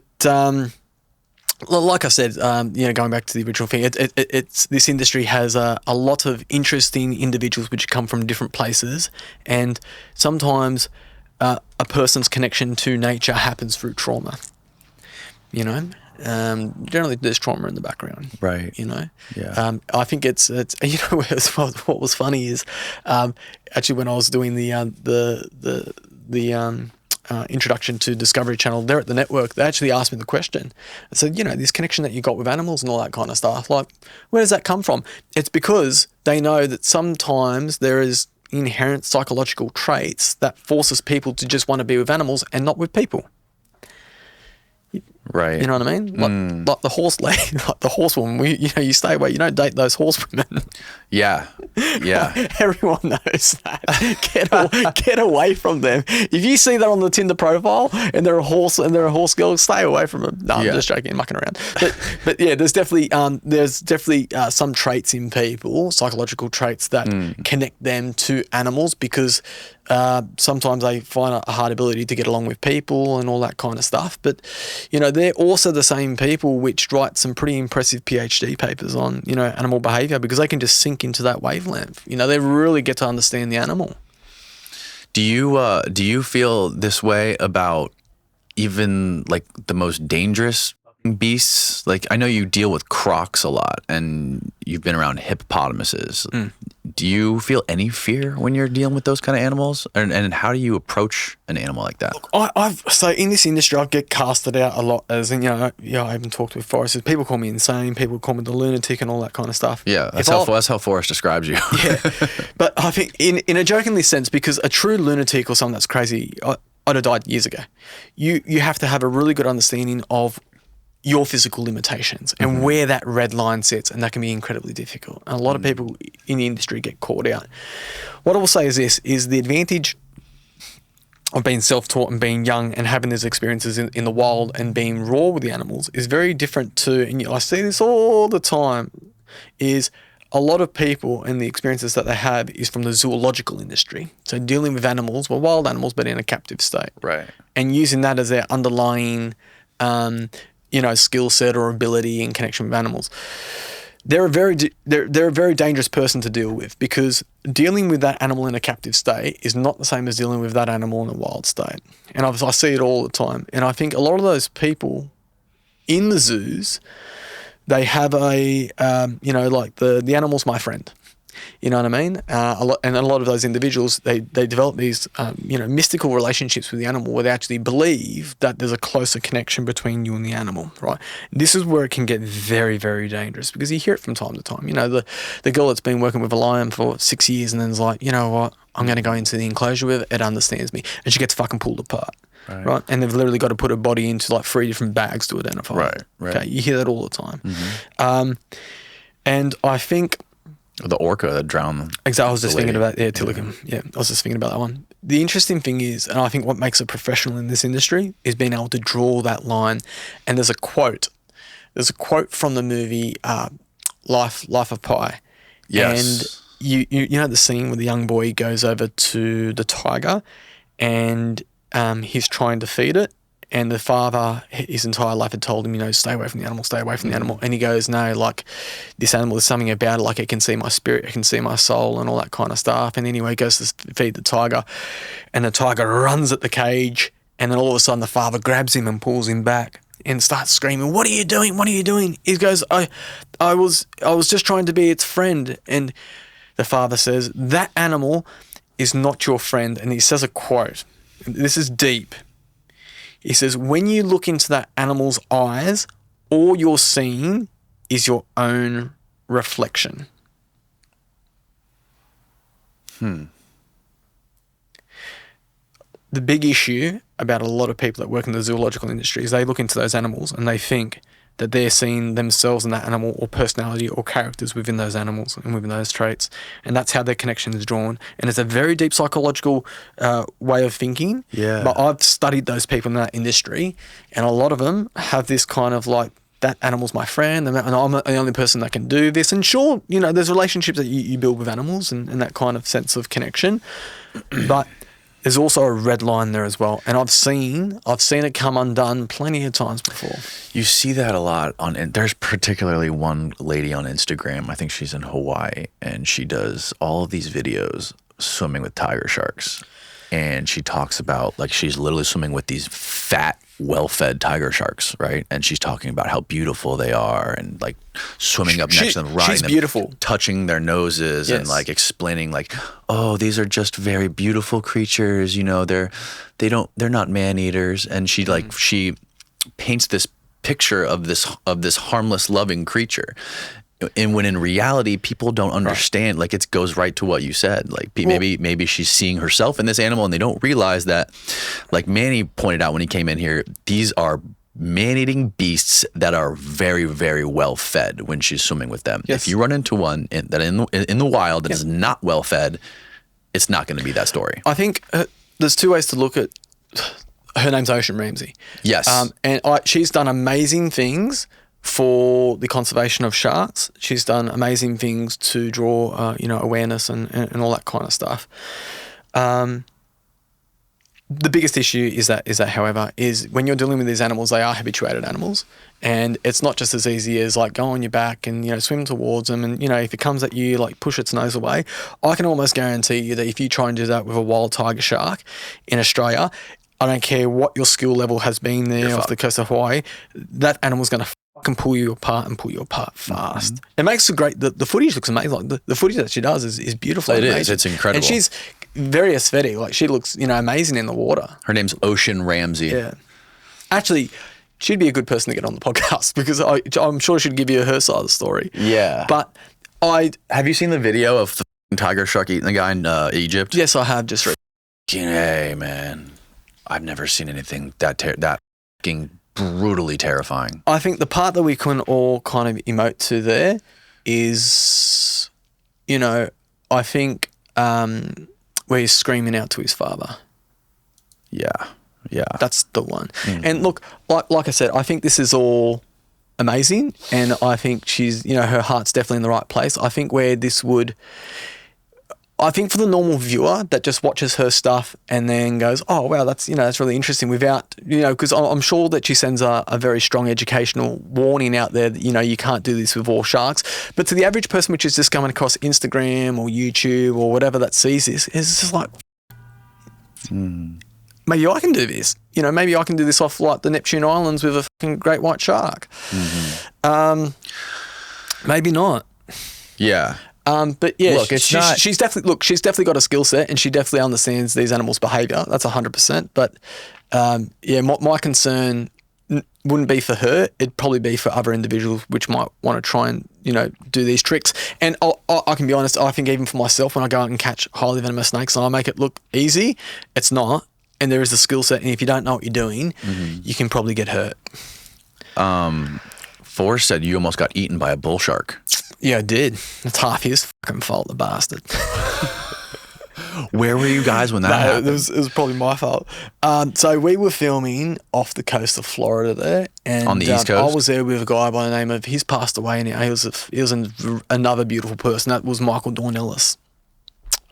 He used to do a lot. Actually, I think Michael Ocean, and I think her husband's name's Juan or Juan or something. I think they used to work. Juan Sharks. Juan, yeah. So I think they used to do work together. But he was helping film this documentary for History Channel, and essentially what they wanted to do was a scene where there was like a bit of a bait bull sharks, and they wanted me to like swim around and all that kind of stuff. And look. When it comes to sharks, look, I swim with sharks in Australia, but it's more spearfishing. You see it from a distance. You know, I'll do my thing, you do your thing. Right. And essentially I tried to swim through a bait ball, which I thought was a good idea, which is an incredibly stupid idea. Anyone will tell you that. you know. And I remember Forrest yelling out to me, being like, "What are you doing?" I'm like, "What do you mean?" I said, "You wanted me a shot in the middle of them." He's like, "Not like that." And like, there's literally like a blood like meatball. I'm like swimming through the middle of them, like, doo-doo-doo. Yeah, one like tried to take my flipper. Yeah, that was pretty intense. Yeah. Jesus Yeah. Christ. Maybe man. I'll stick to the land animals. Are there a lot of bull sharks in Australia? There are. Yeah. There are. I do. So I'm involved with the DPI, which is a Department of Primary Industries, and they run a shark tagging program. So essentially in the Northern Territory. So I run a tours business where I take people out and I teach them, how they engage with nature and, very survival focused as well. I think I haven't talked about that yet, but yeah. So I'll take clients out to go catch these bull sharks in the rivers, and essentially we tag them. And it's all part of a program to understand the spatial distribution of these animals and how they're moving. Right.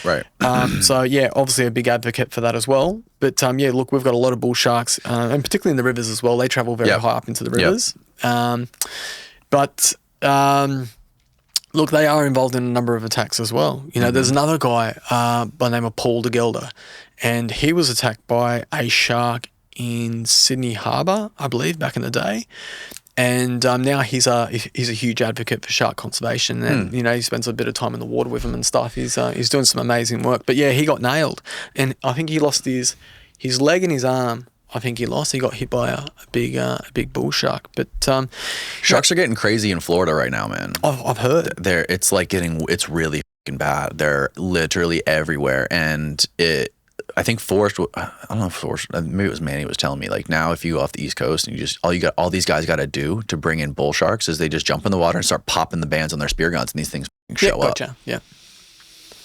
And even in like the surf, like like up in Daytona Beach, you can't go surf for 30 minutes without seeing a fucking shark. Black tip, spinner sharks, bull sharks. They're just everywhere, man. And and like it's a real problem with spear fishermen now. Like they are everywhere.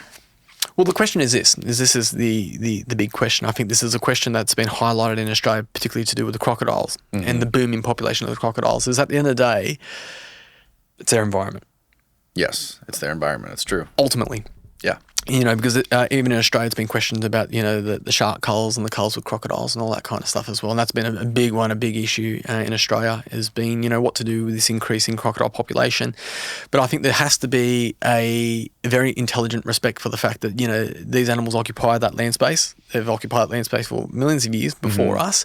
And essentially that's their environment. So it's not so much of how do we manage them, it's how do we manage ourselves. Right. But sharks are really protected here. Like, you're not even allowed to kill sharks. You're not allowed to catch sharks for sport. Like, you're not allowed to have tournaments where you catch sharks. Right. So Mandy's thing was like, he believes that, they should bring those back. Like, it's not going to hurt sharks are so fucking overpopulated right now. It would be fair to kill some of the sharks. Sure. Like, it's not a problem. They're not like endangered. There's not a problem with too few sharks reproducing or whatever. If there's anything, there's like more and more sharks than there have ever been. But it is a cycle at the same time, right? Like back in the 90s and the 80s, there was a very, very low shark population, and then it ramped up again, and it went back down again, and now it's at its peak. Right. Well, I think the biggest difference between I've seen even when I was in Africa is you have what they call like carrying capacity, and even here in the States, with the hunting of deer and the hunting of all these other animals, the ducks and so forth, is there's a respected amount of animals that can be essentially hunted, which won't prevent the population at hand. Right. And obviously this is looked at. The data is looked at by ecologists and by wildlife experts and all that kind of stuff. And there's different modelling systems to identify that. How that works for sharks and shark populations, I'm not an expert in that. I don't know. But look, in Australia, I know we've definitely got that in play, to do with, your target species and even like the size and even like the gender and all that kind of stuff. Can it work? Yes, it can work. But, is it one of those things where, people like to talk about what's called like the trophic cascade effect, where you take out like a large predator and then, you've got this unbalancing effect that happens in the environment and the ecosystem. I think that's probably where the big concern is. And that's where you have more of like a conservative approach rather than Yeah. There's this dude who lives down on the East Coast, southeast coast of Florida. He goes by the name of Python Cowboy. Have you heard of him? I think I have heard. Yeah. So he hunts iguanas. Yes. And I guess iguanas are a huge problem. They're a big time invasive species around here. And he does these incredible like expeditions where they go out and they hunt these iguanas. And he'll like ride around the rivers and like through the Everglades on these airboats. Yep. And they'll pop iguanas with these like little pellet guns. I've seen this, yes. I'm not sure what they do with the iguana. Because I was going to say, because I know I've just come from Central America and they're everywhere there. Really? Massively. And I know they got introduced here, didn't they? Yes. Yeah. Okay. Yeah. They get brought here to sort of like cull a different species, and then the iguanas eventually get out of control and they're killing everything. Sounds like the Australian story. Yeah, exactly. It sounds like. Yeah, because over there, you know, some of the indigenous people, they eat them. They actually taste pretty good, like chicken. You know what I mean? Really? Yeah. So, you know, if they're an invasive species, then I wonder if there'd be any kind of market to actually sell the meat as an exotic meat, as a jerky, as, you know. Yeah. Because in Australia, look, we've got a lot of invasive, a lot of feral species there. We've got a lot of primary production ones.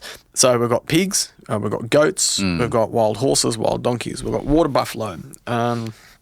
We've got rabbits, we've got hares, we've got foxes, mate, the list goes on. We've had some of the worst invasive species come into Australia. Like Australia has essentially been identified as an ecological disaster zone. Literally. And I think that's probably why the Australian continent, and we have to be, the Australian continent has become so conservative with our environment. Like if you try to go into Australia, there's like a natural box that says, do you have any soil on your shoes? Because of the concern of bringing in any kind of like soil bacteriums. Like, have you been working on a farm? You know, so I think Australia is very proactive in terms of having all these security layers which are in play to prevent these problems. And it's not just in the space of, you know, the introduction of an animal species, but also zoonotic diseases as well.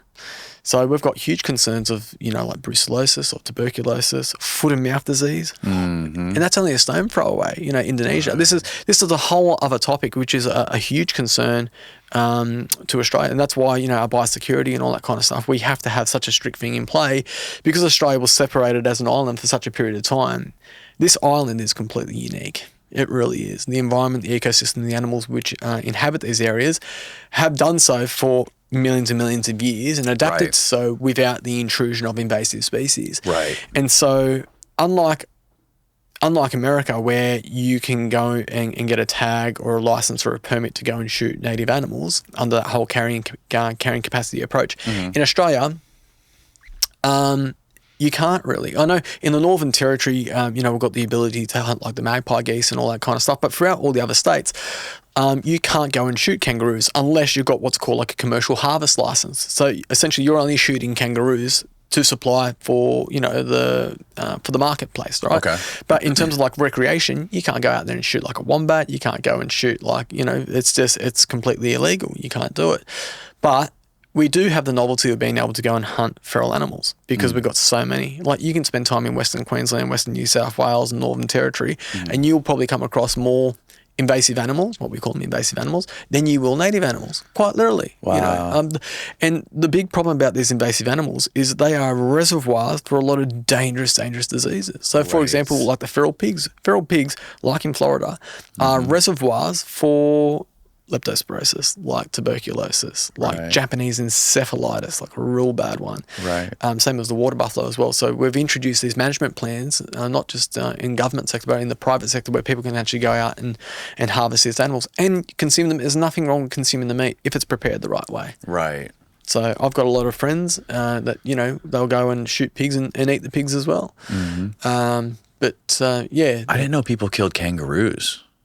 Yeah, so we've got them on the shelf at Woolworths. The equivalent to Walmart, yeah, like the Woolworths. Really? Is it any good?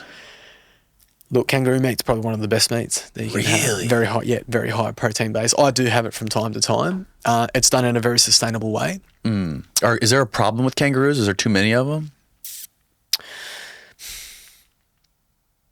When I think about the word too many, I think, what have we done wrong? Exactly. So we think that we can just come in and play God and try to like fix the balance of the ecosystem. Well, I think what happened was this. Mate, this drink's making me high. Have you put anything in this drink? How are you feeling? No, I feel like I'm about to do a backflip out of this sea.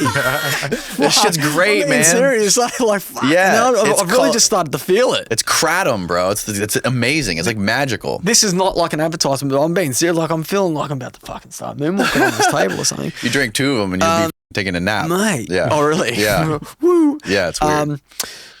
So in Australia, what happened was there was a lot of areas which was that they manipulated or manufactured for the production of like cereal grains, like your oats, your barley, your wheat. And so with that, they've had to introduce like a lot of big irrigation dams and all that sort of stuff. So when you introduce a resource, so we've got water and now we've got grain, all of a sudden you can actually sustain a lot of native animal species, right? Particularly like kangaroos, emus, right?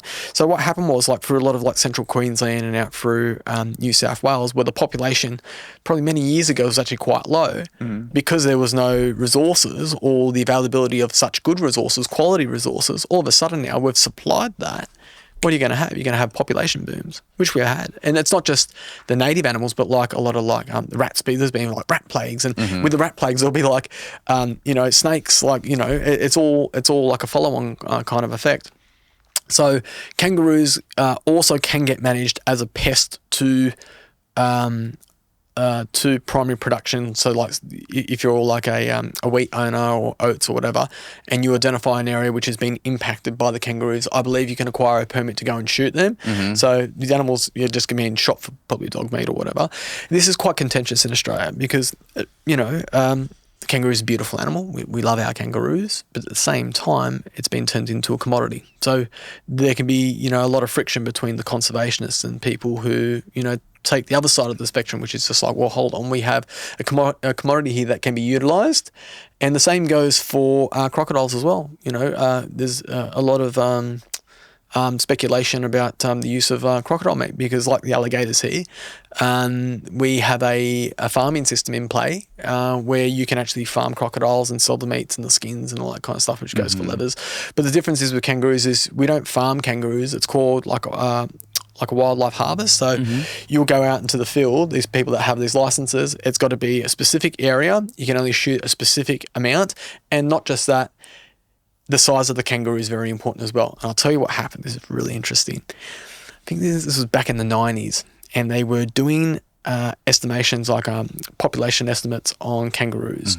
And essentially they went into one area and they said, right, we're going to go in here, we're going to shoot out, let's just say there was 10,000 kangaroos. We're going to go out and shoot 1,000 kangaroos and see, what this does to the population over time. And I believe it was the CSIRO that was doing this population study. And they went in and these guys went out shooting. And obviously they went and shot the bigger, larger males. And a couple of years later, they went back and they done like population study. And I think it had quadrupled. And they were trying to figure out what the had happened. Wow. And this is why nature's nature, and it's so important to know the depths of how animals interact in their own communities and their social hierarchies. So essentially the larger males prevent the smaller males from breeding. So all of a sudden when you start shooting out all your larger males, it then gives the opportunity for the smaller males to breed, because the larger ones are essentially preventing the, right? Which I thought was really interesting. And I think when this comes to light and it kind of makes sense, you're kind of like, oh yeah, I can see that now. This is the concern about going in and managing any kind of wild, animal population is. You just don't know what the confounding effect's going to be. And we've got some big examples. Like we've got the cane toad in Australia, and that was probably the dumbest thing that anyone could have done. The what?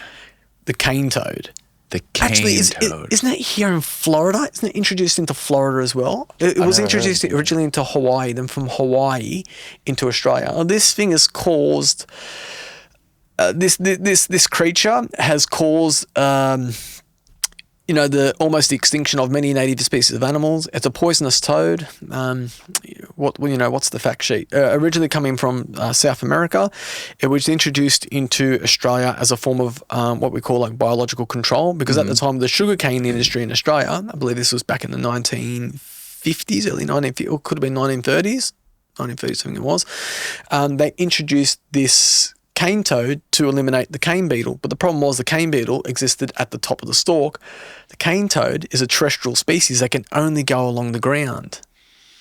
right? So that was the first flaw. We didn't think that one through. No, didn't think that one through. The second one that they didn't think through is it's got a toxin that it releases from what's called the parotid gland at the back of the neck. And essentially this milky substance, when it's consumed, particularly by any of the reptile species, it's almost instant death. So, and even for like a large crocodile, for example, like a saltwater crocodile or a freshwater crocodile, it consuming this, it can kill it. Even like small mammals like your quolls and all that kind of stuff. Right. All these species were essentially being affected and the populations numbers were dropping. Huge concern, particularly the monitor lizards as well, like the Right. large monitor lizards. Right. Their population was being declined. So, and the reproduction rate of these animals is just, it's unbelievable. One female can spawn up to 20,000 eggs or 30,000 eggs or whatever it is. So trying to control this species in a physical format, it's just not possible. And the only way forward would be, the release of a virus and what's that going to lead on to that? Right. So yeah, Australia has definitely been a place of experiments and a place that probably a lot of the world has looked at and been like, well, we're not going to do that. You know what I mean? So Yeah. but we've dealt with that. But I think in time, I think technology is going to come to a point in time where we may be able to reverse a lot of these effects. Coyotes are a huge problem in the States. They're fucking everywhere. They're in every neighborhood, every city. Don't care what city you want to mention, they're there. They're literally they're running around this neighborhood all the fucking time. And that's a similar thing to what you were explaining with the kangaroos, but not quite. I guess what happens when you kill them, the females realize when another coyote has died or a part of their little pack has gotten smaller, they do some sort of crazy mating call and they start reproducing more. They start reproducing more pups. I don't know if it's probably not a specific mating call, but what they do, like somehow biologically, when they know that a part of their pack has died off, they automatically just produce like more and more pups than they normally had. Gotcha. So it's like a reverse effect of if you're killing more of them, they're just reproducing like triple what they would have normally, which is really crazy. Interesting. Yeah, similar to the kangaroo thing. Right. I wanted to ask you about your crazy quest you did through what's it called, like ARNHEM Land? ARNHEM Land. ARNHEM Land. Yeah. What was that about, and where is ARNHEM Land? Okay, so ARNHEM Land is in, I guess, the northern frontier of the Northern Territory. It spans. Have you seen the Northern Territory before? Like maybe if you get it up on the map, it'll put things into a bit Northern Territory of Australia. Northern Territory of Australia. But even if you type in ARNHEM Land, which is spelled ARN. ARNHEM. So yeah, ARNHEM. Autocorrect. ARNHEM Land. Yep. There you go. Click on the map. Pull her up. And I guess this is almost like my tourism plug that I'll put in now. So is this big national park? So that's Kakadu National Park. Okay. But if you type in, it might pop up. So it kind of spans all this land through here. Okay, got it. Yeah. So the Northern Territory in the northern part of Australia is probably one of the most wildest places on earth. Like it's literally probably the last wild frontier in Australia. It is a place that has some of our biggest predators. We've got, obviously a lot of the crocodiles there. Amazing bird life. The wildlife and the diversity of wildlife and the diversity of habitats in different bioregions there is unbelievable. It really is. And I guess that's why it attracts a lot of people. Even from the US, we've got like a lot of US clients that go to. That's actually where I started. So oh wow, down where it says Numbulwar. Yeah, on the coast. That's where I started the walk. And essentially, I walked from there all the way into Catherine, which was about 700 and something kilometres. Holy shit. Yeah, so I walked directly across it. What's that, 500 miles, something like that? Something like that, yeah. So it had never been accomplished before. What? By a solo person, and there's Catherine just there, just below Nipmuc Gorge. So,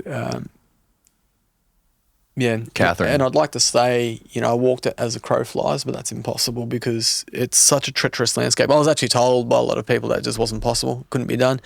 And that to me, I feel like that's where I'm at in my life now, Daniel. When someone says, when something can't be done, and I mean a proper, that can't be done or whatever, that's where I really go, I feel like I've saturated myself with like a lot of things, but if there's something like, that's what really got me laughing. Forrest is probably going to say, don't you dare.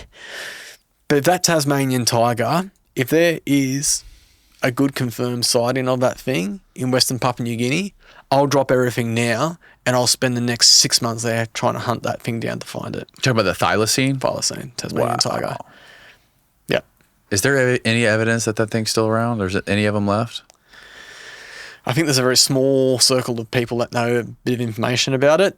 There may potentially be a location out there in Western Papua New Guinea. Really? There may be. Definitely not in Tasmania or on the Australian mainland. You really think you could catch this thing? Oh, look, I wouldn't want to catch it. That would be the last thing on my list. Okay.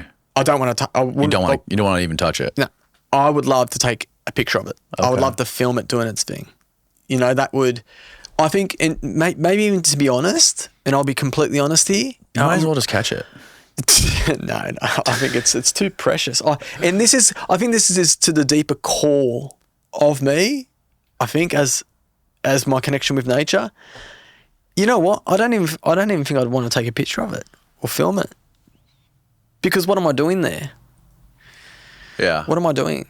Right. I'm doing the very thing that I just said at the original start of the podcast that I'm against. It's that whole exploitation of, it's trying to make a name for myself. You know what I mean? Like, I think if nature... Yeah, I don't think you're hurting anything by taking a photo of a thylacine. You're not giving up its location. I think the concern... it's cool. But I think the concern would be if I did something like that, the amount of people that would jump on the bandwagon and try and go out there. And that's where my concern would be for that animal. And I think the depths of where I'm at, I think now in my life would be, if I did see something like that, maybe what I'd do is I'd show a couple of very select few people and say, this is the picture, this is the footage, this doesn't go anywhere else.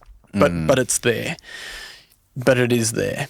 Who those people would be, I'd show Forrest, definitely. Right. And just so he could say, yeah, he's definitely found one. There'd probably be a small handful of people, but I don't think I would release it to the world and say, I think it's personal. It's really personal, I feel. Only because it represents such an internationally hot topic, this animal, that it's been questioned so much. This animal's been extinct and now it's alive and there's sightings and all that kind of stuff. And I think a lot of that's been debunked. But if it was out there in Papua New Guinea, I think, it would be unbelievable. It really would. Do you think if they found it, they would try to bring it back and try to increase its population? I think the first thing that would happen is this. If it's still there, it's essentially saying one thing that's been undisturbed, and there's probably nothing wrong with the population there, right? That's probably the first thing where my mind would go. The second thing is, if someone did come across it, I'm just trying to think. Look, I don't know what Papua New Guinea is like of the government, but if a place knows that it's got something, if it's got a white unicorn, right, I would be concerned that they might fund an internal project to capture some specimens, breed them, and sell say, we want an investment to create a zoo or whatever, to bring the world to Papua New Guinea to show them, and they would wrap it into a very conservation, zoological featured thing. And from an economic point of view, it would be a huge...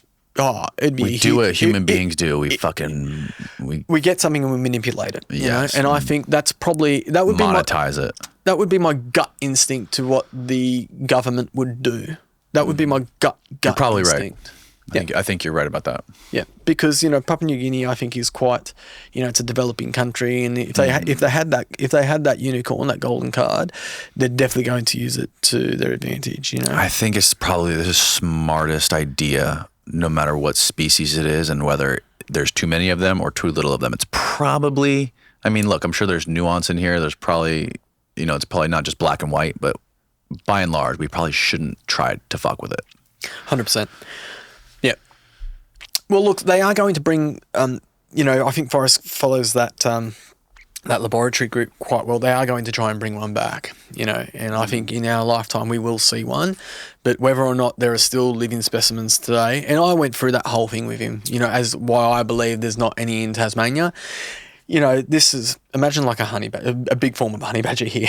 Right. You know, this is, you know, it was a scavenger animal. It was an opportunist. It used to move vast distances. It had a huge home range. It would have popped up in someone's backyard. It would have popped up at a campsite. Right. It wasn't necessarily a fearless animal of people, because that's why it was such an easy animal to hunt. I think that if there was a small population in Tasmania, it would have popped up with the amount of game cameras, with the amount of solo people which went in there trying to explore to take that golden picture. I think even the Times magazine back in the day said they were going to give $1 billion. It was like $1 billion for live footage of Tasmanian tiger. I think they had something like that back in the day. Look, I think the last reported sighting was in 86, I think, or 88, by a guy by the name of Nick Mooney, who was a Parks and Wildlife ranger. And Forrest has actually done that interview with him, and he said, look, I don't think there was a tourism plug. I genuinely believe he saw one, or one of the last ones. Yeah, one of the last ones. But, you know, it's a shame what happened. It just goes to show that, you know, when, you know, humans come in and we try to manage things in a way that we think is right for our best interests, this is what happens. We lose a beautiful species like this from the earth. Yeah, man. But yeah, I would love to catch one. Fuck it. We're going to go for it. We're going to get him. Johnny, hold on. I'd be hated, but I don't care, because I'd have my Tasmanian tiger. Yeah, right. But yeah. No. But Arnhem Land. Arnhem Land. Arnhem. Yeah. What made you decide you wanted to trek 800 kilometers across this fucking barren landscape? What is it made of? What is it? Is it all forest or swamps? Like what does it consist of? Well, to answer the question, what made me do it, I think one word: fear. Fear. Had anyone else? Were you aware of anyone else who had done it? I am sure. I'm not going to take anything away from the Aboriginal people. The Aboriginal people are unbelievable, really. Our Indigenous Australians and what they can do. I'm sure they traversed it back and forth and up and down and all that kind of stuff. And they've done it as a group. I think I'm the first white man to have done it solo. I do believe, however, that Indigenous people walked that continent backwards and forth. You know what I mean? Part of the reason why I wanted to do it was there was a lot of fear about walking that place. And to answer that question of what does it comprise of, Arnhem Land comprises of floodplains. It comprises of swamps, billabongs, escarpments. It is so diverse in the habitat features which are there, which is what brings a lot of tourism, into the area, because it's such a wild space. It's also a space which is perishable. You get lost out there. And if you get lost out there and you don't know what you're doing, you'll die pretty fast, eh? It's remote. It's a very remote land. And there are Aboriginal communities that exist all throughout it. I think there's a population up to like 20,000 Aboriginal people that still sustain themselves. Yeah. Look, okay. They're not like these uncontacted tribes that'll shoot you with 6-foot arrows. Okay. No. Look, I think in general, the Aboriginal people out there definitely want their privacy, and to go into these areas, you need a special permit to do so, to go into those areas. But, Aboriginal people are very welcoming. I think there's probably, to the outside people from the US that don't know much about the Aboriginal people in Australia, very welcoming. They're very fun to hang out with in the bush as well. Their ingenuity is unbelievable. Actually, part of my job, working with the Australian Defence Force, so that's something I do as well part-time, is we do a lot of recruiting with Indigenous Australians, and they're amazing because they know all those places like the back of their hands. They're almost like the security guards of the bush. So we call it like the human terrain model, where we try to understand more about what's happening in those remote areas where we don't have surveillance, because the Indigenous people out there, they are our eyes and ears, and we get a lot of our intel from them. So particularly in a lot of our remote coastal areas where there might be drug importation coming in, illegal fishing and all that kind of stuff. Really? The Indigenous people, they'll see tracks walking down the road, and they'll know whose footsteps they are within the community. If the footsteps don't look right, they'll be like, okay, something's going on here. Whoa. So yeah, we've got the best of the best surveillance. It's called the Australian Defence Force? We have the best surveillance system in the world in the northern parts of Australia, and that's the Aboriginal people. Wow, that's incredible. What sort of people are you guys looking for up there? You said drug trafficking? Potentially, yeah, from Indonesia. Yeah, so we do get quite a lot from that pathway that comes in, because Indonesia is not too far from Australia, right? And there's a lot of like archipelagos, like little islands in between, and so that's definitely a transit route for drugs. So it's actually called Norforce. So it's a squadron that I'm in part time. Is it Norforce? So Norforce. Yeah. Okay, Okay, yeah. Norforce. Norforce. Yeah. Wow, are these some of the natives Indigenous, there? yeah. Oh, yeah, wow. Yeah. So no, look, it's an amazing place, and it's full of so many different skill sets. When we're out there and we're doing operations on the coastline, you're always learning something from the Indigenous people there, whether it's like different types of bush tucker or how to navigate through the bush. It's an amazing thing to become part of. That's wild. So I've been doing that for a couple of years now. So when you did this trek, okay, sorry, go ahead. Yep. So ARNHEM Land, so it was 700 kilometres. It was a fear of mine, all different types of landscape through there. And I took a horse, which was essentially a green horse. Like Danny, I was a fucking idiot. Like, I'm not a horse person, no. First thing, like the original idea. The original idea was I picked up a donkey from a fucking property owner. I thought I'm going to do the trek with the donkey. This donkey was the biggest, right? He had a character, but he was a proper, he definitely wasn't a stallion. But originally I was going to do it with a donkey. And then it worked out to be a bad idea, not because we didn't have an amazing connection relationship. This donkey was like my best friend. It's like Shrek's donkey, like that. What about a mule? Do you think about getting a mule? A mule would be good. Yeah. They're a hardy animal. But this donkey, so he was loyal to the fact that he would follow me everywhere and all that kind of stuff. But as soon as I put a rope around him, he was like, well, hold on one second. You putting a rope around me, we're not on the same level now, are we? Like, I'm like subservient to you. He didn't like that. No, he did not like that. And he was smart. Like, I was trying to train him, and I'd like cross like a bit of a river, and I'd like try and lead him, and he'd be like, I'm not going. But he was smart. He'd wait for me to cross the river first, almost like look out for crocodiles. And he'd be like, oh, he made it safe to the other side, now I'll go. If you're going to put yourself in a situation where you're going to be relying on an animal for your survival, because he was carrying my water, he was carrying my food, don't pick an animal which is a liability. Right. Okay. So I went with a green horse. Even after that lesson had been learnt, I took a horse that had never had a pack saddle on it. Yes. And in 4 days, I was trying to teach this animal to have weight on its back. Oh, it was a disaster. Stupid, I know. Look, I've done some dumb things. But you know what they say?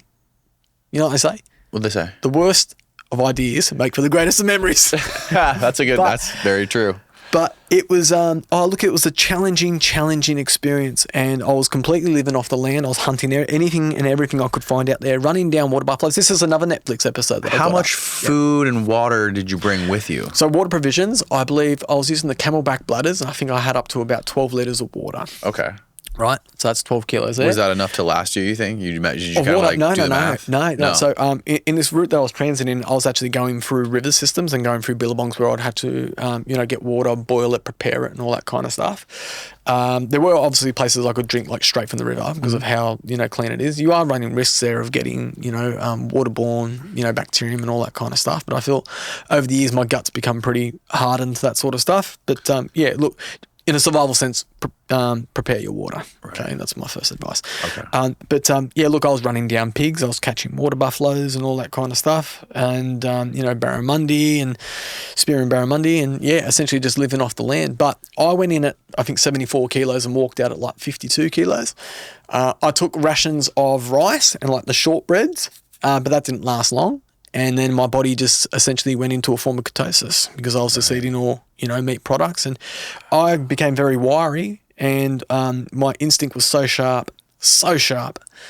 And you have all these innate instincts inside of you, right? So you'll be, for example, because it was such a period of time that I was going without sugar, my body instinctively was making me look up. I think, why is my body? What? Why is it making me look up? And what's interesting is when you're in the bush, I feel like your body, your brain's just downloading information, right? And so there must have been, as a child, me getting honey from a beehive, up high. And that's an instinctive clue, glucose, honey, look up high. All these little innate kind of things which are just sinking in, and it's just funny, even things of, the animal tracks, animal tracks leading you to water. This is all subconscious things that would be going through my mind that your brain just taps into. You're not even consciously even thinking about this, but it's like this is just you. like evolution boiling up to the surface. Yes, 100%. And we all have it inside of us. I think that's been one of my biggest messages is everyone on this earth, you're living on this earth, we've come from this earth. We didn't come from anywhere else. We've evolved from this earth. We have the skills, the ability, we have the biology, we have everything inside of us to sustain us in any kind of environment. And we've got that ability, but we need to train ourselves to get back there. That's fascinating. We are losing it. That blew my mind because Paul Rosalie explained that really concisely when he was in here, how when he first went down to the Amazon and he was wearing his shoes, they were all laughing at him like, look at this gringo with the shoes on. And then eventually he took them off. And after like a couple of days walking through the jungle, the birds, the monkeys, the way the wind blows, it all communicates to you in a way where you understand what's going on. You understand where danger is. You understand where you need to go. And it's just like this crazy network. Yep. It's this network that just connects to you, and these innate traits that we have and these signals or antennas that we have inside of us that are buried from technology come to the surface. Yes. and now we are communicating with the forest and with nature, and it's fascinating. I think it's generational as well. Like if you think about it, like our ancestors and all this information, there's got to be genetic material which is being passed on. Whether it could be the fear of snakes, for example. If your grandfather's grandfather had a bad experience with a snake, this is kind of like information which is being passed down the lines. And I really believe in that kind of information. Even like character traits, for example. When someone turns and say, "Oh, you're just like your uncle. You're just as stubborn as your uncle," or "You're just as stubborn as your father," or whatever it might be. I believe it's true because we see this same downloading of information in nature. And they've actually seen it with, remember I was talking about with the cane toads? Yeah. Okay, so what's happened now is monitor lizards now, the generation of monitor lizards in Australia do not consume cane toads. They've learnt not to. You know why? Because through the process of this species, adapting to the cane toads, there has been selective decisions which have been made probably by individuals not to consume it based on smell or the way it looks or whatever, and that genetic information is now being passed through. Right. And I've watched it. I've watched a monitor lizard go up to a cane toad and just completely avoid it. And it's got nothing to do with the fact that it's learned it as a species on this earth now, like as an individual. This has been information which has just been hardwired through. It's not like they can write a memo. Like the turtles, how the turtles will, navigate for, islands that they've, never been to, or a crocodile, for example, will leave from one place and go to an island where the turtles will be simultaneously, hatching. How do they even know that information? Right. This is all information which is being passed on. So we're not too different from the animals as well. I believe there's a lot of information which is inside of us, at a very deeper level that can only come to the surface if you put yourself in those situations. And I believe it. 100% I believe it. We are animals. Only a couple of hundred years ago, our ancestors were out there living off the land. Right. Literally. It's not far. So what were some of the biggest things you noticed, like in your body, or things that changed in you after you went so many days without eating any carbs or rice or anything, and you were only eating what you killed? Like, other than the fact you said you were always looking up, but was there anything else? I realised how much I miss fucking Subway. You do get cravings. Like my biggest cravings is always Fruit Loops and Snickers. Just high sugar. It's like I'll and Fanta. Don't know So why. you're just fantasizing about junk food when you're out there. A lot of times you are, yeah. And I think that's like an evolutionary thing where it's just like, it keeps you enticed to, keep hunting or tracking things. Yeah. You, in that situation, you become very calculated at how much energy that you use up and what you're chasing. Like, for example, I'd see like a group of pigs, and just by watching them, I'd be like, right, I can see the weakest link there, and I'd be working out in my head strategically. I'd be calculating how much energy it's going to take to acquire that animal, because I do what's called persistence hunting, where I chase that animal down. You know what I mean? So if I know that I'm going to be running like 2 or 3 kilometers, how much energy do I have in me to get me that distance, and how much energy am I going to get back from that animal? Does that make sense? So Right, it's like like using like an energy system sort of thing.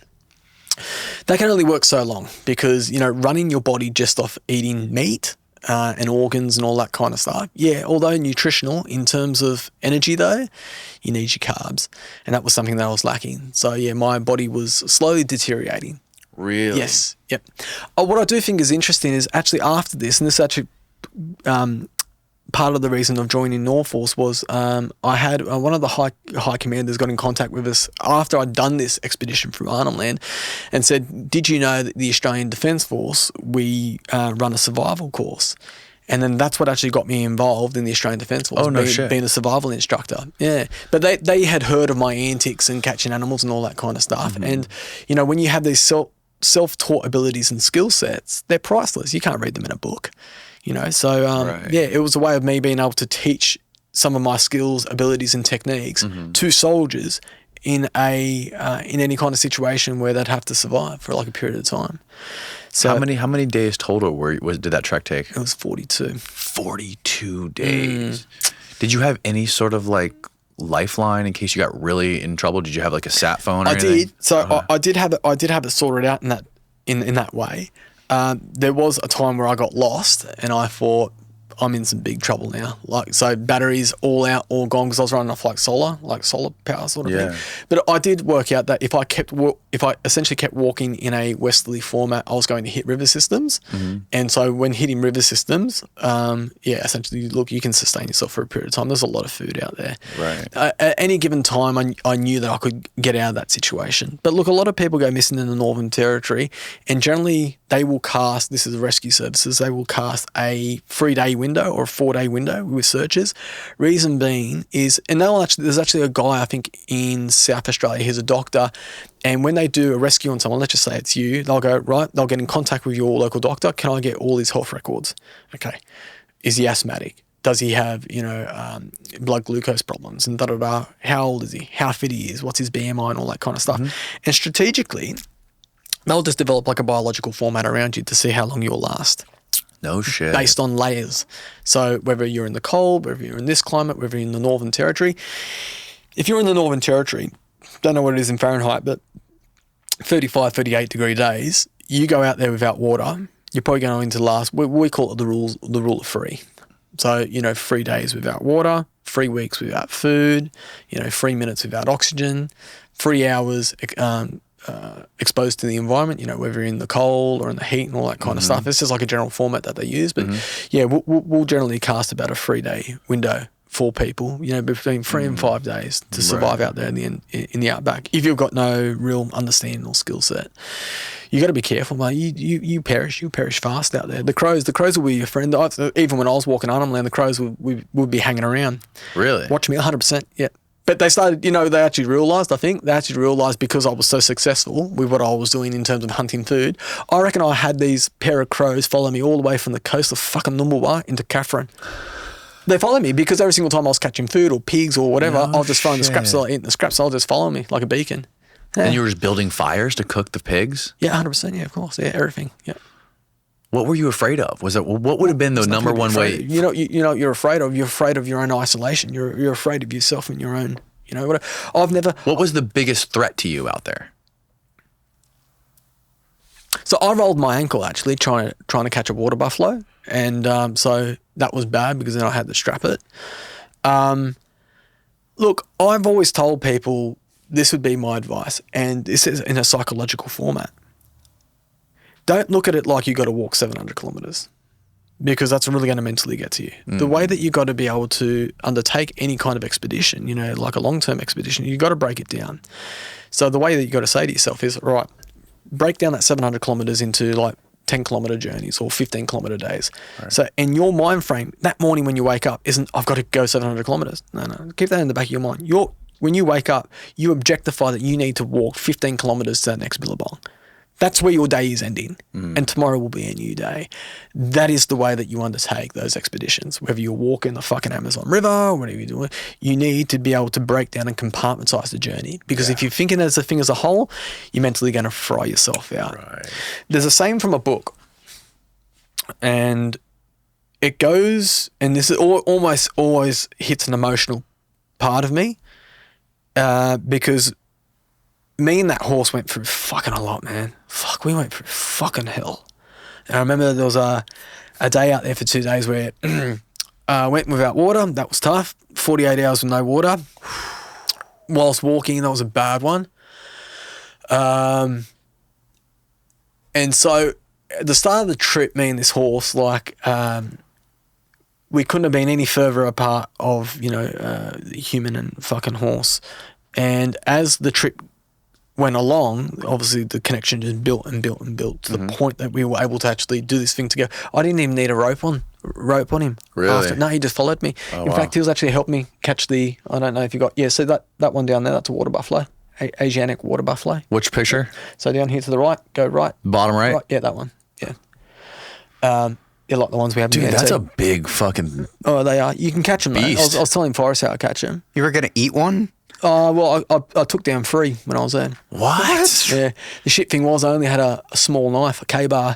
I only had like a 4-inch blade. So that was, yeah. So when I tied them up and brought them down, and then I had to kill it with that knife, that was... How did you do that? It's... I can explain it. It's quite graphic. I just want to let people know that when you are in a survival situation, yes, keep your morals about you. Yes, keep your ethics about you. But the only way to survive is you need to be a savage. This ain't Publix. This ain't fucking... You're not shopping at the grocery store. You're literally life or death. You have to be you become a savage. Yeah. Okay. But, yes, you try and keep your morals and ethics about you. How I had to kill him, you bring him down to the ground, tie him up so he can't move. So, first of all, when you spotted him, where was he? What do you mean he's on land? What do you mean? So he wasn't in the water. He was, because usually they're in the water. So normally they do hang around with water, the water buffalo, and you can find it in and around the billabongs, particularly in the early mornings and later in the afternoons. That's when they'll come to drink. But during the day, you'll just see him out in the floodplain. So you just see him out walking, okay. and then you pick your match. Generally you're going for an older bull, like an older male bull. Right. You stick to him. You make that commitment. You just keep going for him. So I had a lasso. So I'd run him. So persistence hunting. So I'm running behind. And We're talking. Are we talking sprinting or we're jogging? How fast? So I'm not talking David Rudisha 800-meter sprinter. Usain Bolt. Or Usain Bolt. No. You keep an average speed on him. You keep pressure on him. Okay. And those older bulls, they'll run for a good distance, but I normally just keep behind them. What you want is that animal to turn back on you. Any animal that turns back on you, I said, now you're laughing, because that animal's made a decision that it's went from flight into fight. Right. And now it's like, okay, well now it's mano a mano. So what I would do is I'd run with these animals, and then I would get a lasso around him, and then I'd run with him with the lasso. Now, you're talking about a 1-ton animal. The only way to hold up a 1-ton animal is what I would do is, as I was chasing behind him, he would go to one side of the tree. Like imagine, as I'm running, you need to pick your trees good too, because your tree's going to be your anchor point. So you've got about 25 meters of rope. You're running with this buffalo, and all of a sudden you see a tree up ahead, and you chase him in such a way that he goes to the left or to the right, either way. But in that point, you put the sprint on him, so you're right up his back end. Because what you now got to time is, as soon as he goes past that tree, you've got to run. Boom. It's like you're fucking sliding. With the baseball, how they do their slides? You've got to slide and get one rope in to anchor. Does that make sense? So as he goes down one side of the tree, you go the other, and you get that first anchor in. Now, mate, that can be very dangerous, because you can lose your hands very fast. Your hands get caught up in that rope. He'll pull your fucking arms out. Get him anchored. Once he's anchored and you tie that off, then it's about him going into fight mode. So he's there, he's fighting this lasso, and then all of a sudden you walk towards him, and they're smart. They're a smart animal, very calculated. I get him to charge me, but as I'm getting him to charge me, I just keep running around the tree. So what I'm doing is I'm just lowering the rope, you know what I mean? Like I'm listening, and getting to a point where he almost wraps himself around the tree. Then I get a back leg. right, another bit of rope, back leg, and then I essentially just use his motion against him to get that back leg up. As soon as I get that back leg up, he'll roll, he'll tip. And then you got to be fast because then you got to get in there and you got to tie their back legs up. So animals now on the ground, back legs are tied. You got to be careful because they can still move their horns and all that kind of stuff. So yeah, you're trying to essentially get him entangled. At that point in time, you've definitely got to have your connection with your animal. And I talk to him, I tell him everything's going to be okay, everything's going to be fine. Take your shirt off, wrap it around his eyes, and then I would, because the skin of a buffalo is so thick and I've only got a 4-inch blade, what I'd have to do is I would literally cut, it's going to sound real fucked up, I'd have to cut almost like a patch, like dunk, dunk, dunk, dunk, dunk, dunk, dunk, cut a patch, right, pull the skin and then get the blade in and then literally try and get my hands inside so then I can start cutting. Because trying to get to the your artery, it's actually quite deep. Wow. Yeah. You have to get like fist deep in there just to get to the artery. Holy shit, bro. Yeah, so it's pretty, like I said, it can be a pretty deep sort of thing going on there. But look, I can't fucking even imagine, dude. I think Did you just figure this out, or did you sort of know or understand or talk to people who have caught water buffalo before? nobody catches them like that. People do it in the. You just made this up as you were going. Yeah, well, that's you what just- I've done. That's I go and I catch animals. I figure out different ways of doing it, different methodologies of doing it. And I love it. And actually, the catching water buffaloes is probably the one thing I actually enjoy doing in the Northern Territory because it represents the biggest danger and the biggest challenge. But I love it, man. I get kicks for it. I love it. You are fucking savage. But I don't kill. No, it's just, I don't kill all. I'll catch and release and all that kind of stuff. But Right. when I was doing this trek, I was catching the kill. Yeah. That is so intense. Yeah, see, I've never really talked about this too much because this would make a lot of people feel uncomfortable and they'd probably look at me different and be like, man, this guy's real fucked up. I don't think so. But no, I think the respect that I have and what I've had to do, I think people would be very surprised. And I think there's got to be a lot of discipline. There's got to be a lot of discipline, in what I do. And I think, your connection with the animal, the welfare of the animal and all that kind of stuff, that needs to play a big part in it. Someone that's not of that mind space, they're a bit different. I think there's a lot that goes through my mind when I'm doing that consciously.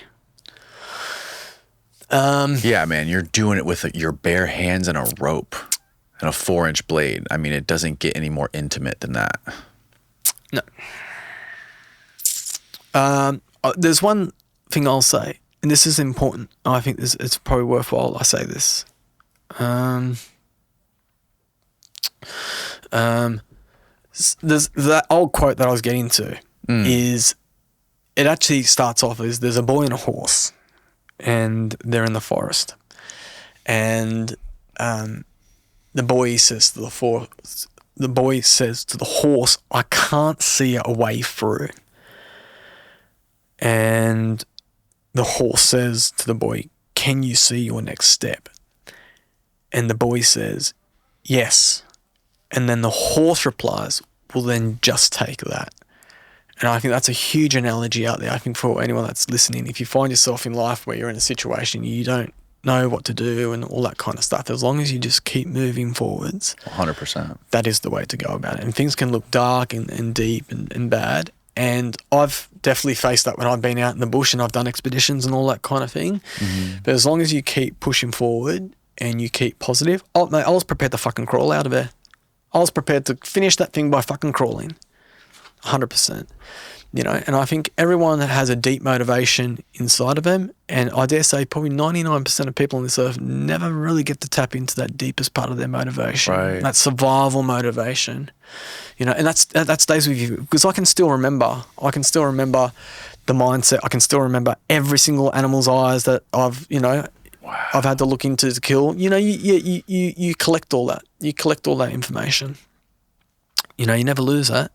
You hold on to that. Wow, man. That's fucking heavy, dude. Yeah, you're probably right. There's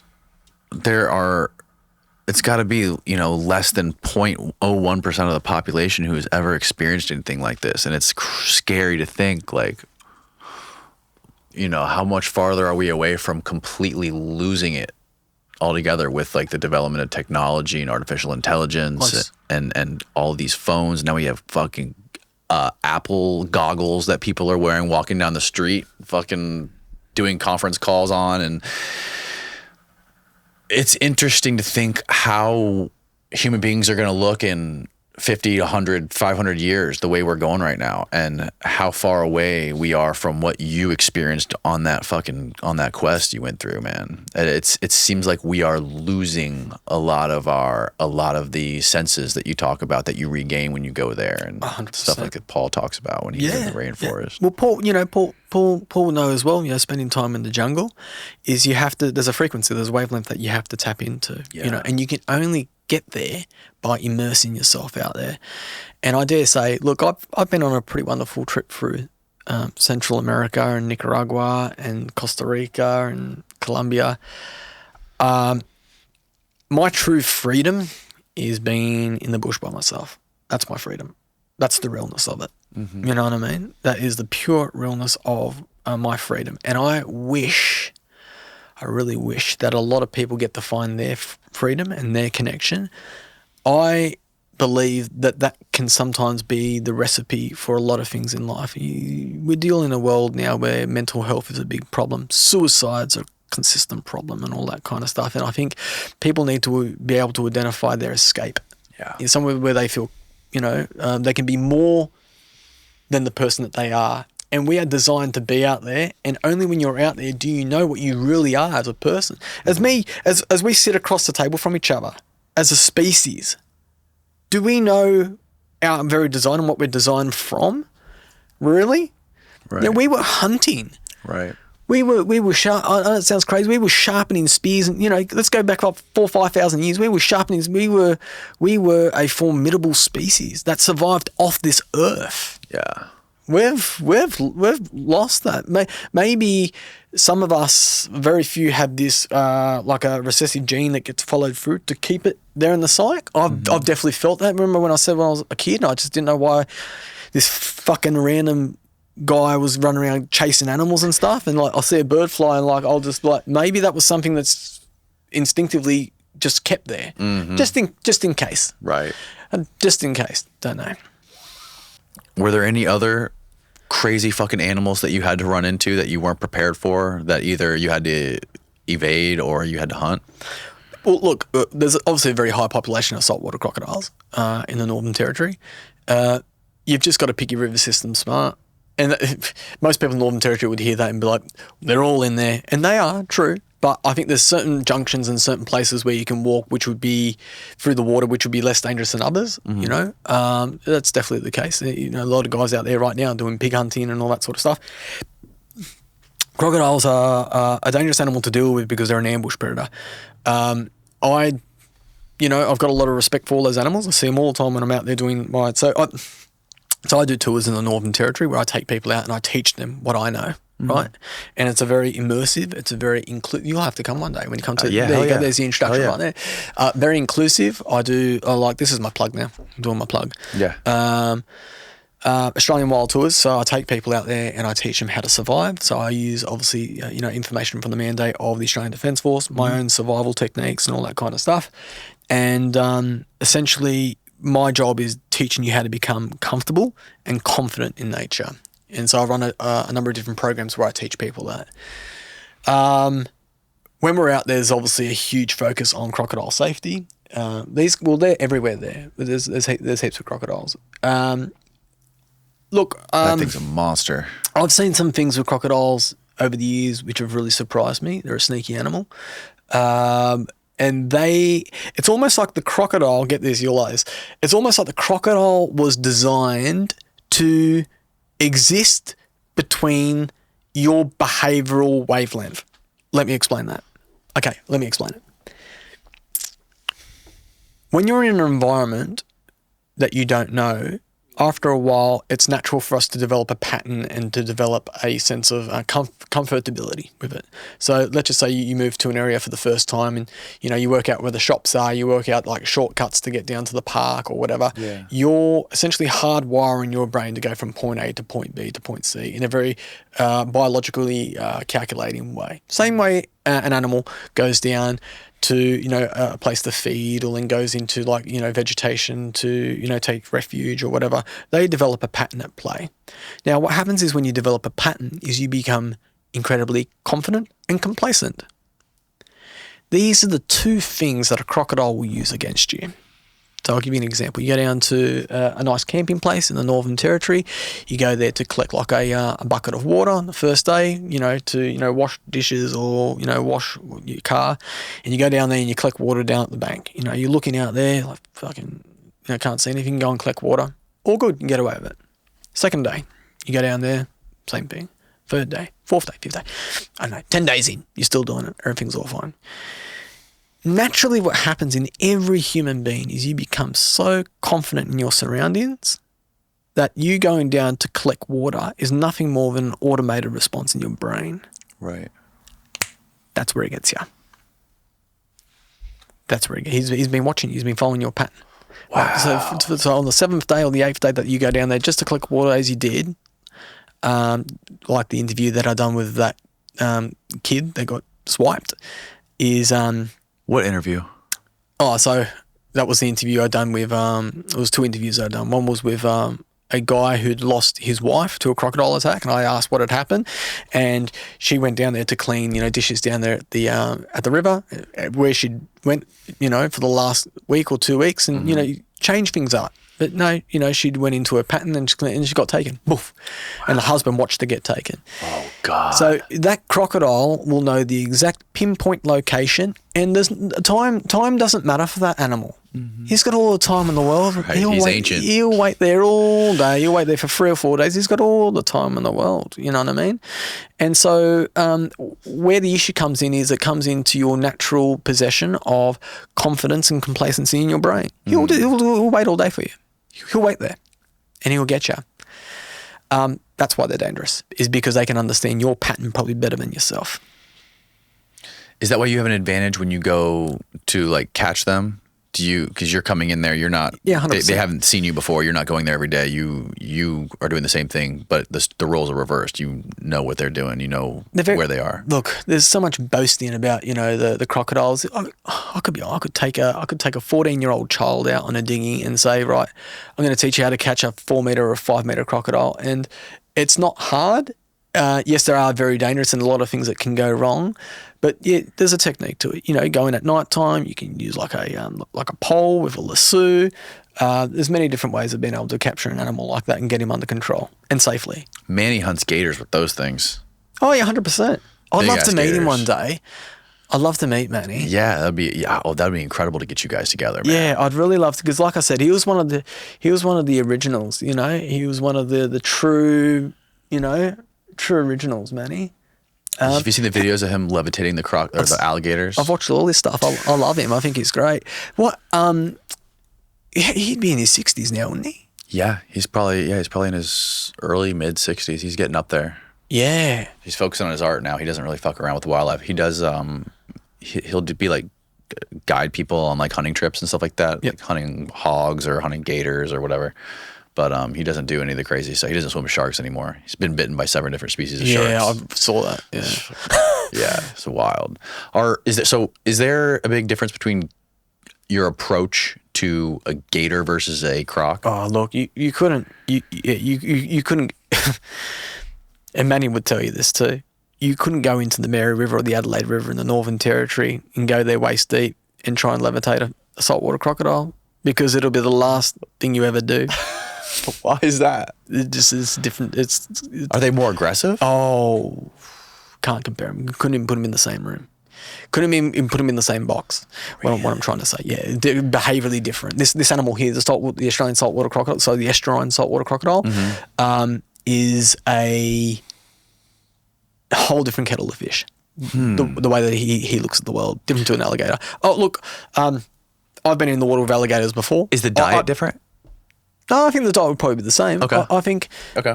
yeah, almost identical. I just think there's just something definitely structured in the brain which is differently. They just see you purely as prey, and their approach is very sneaky as well. You know, we're talking about you know, a predator that's evolved over, you know, tens of millions of years, and yeah, he doesn't at all see you as a threat. As long as he's in his own natural environment. If he's up on land, yeah, he'll still defend himself, but he doesn't want anything to do with you.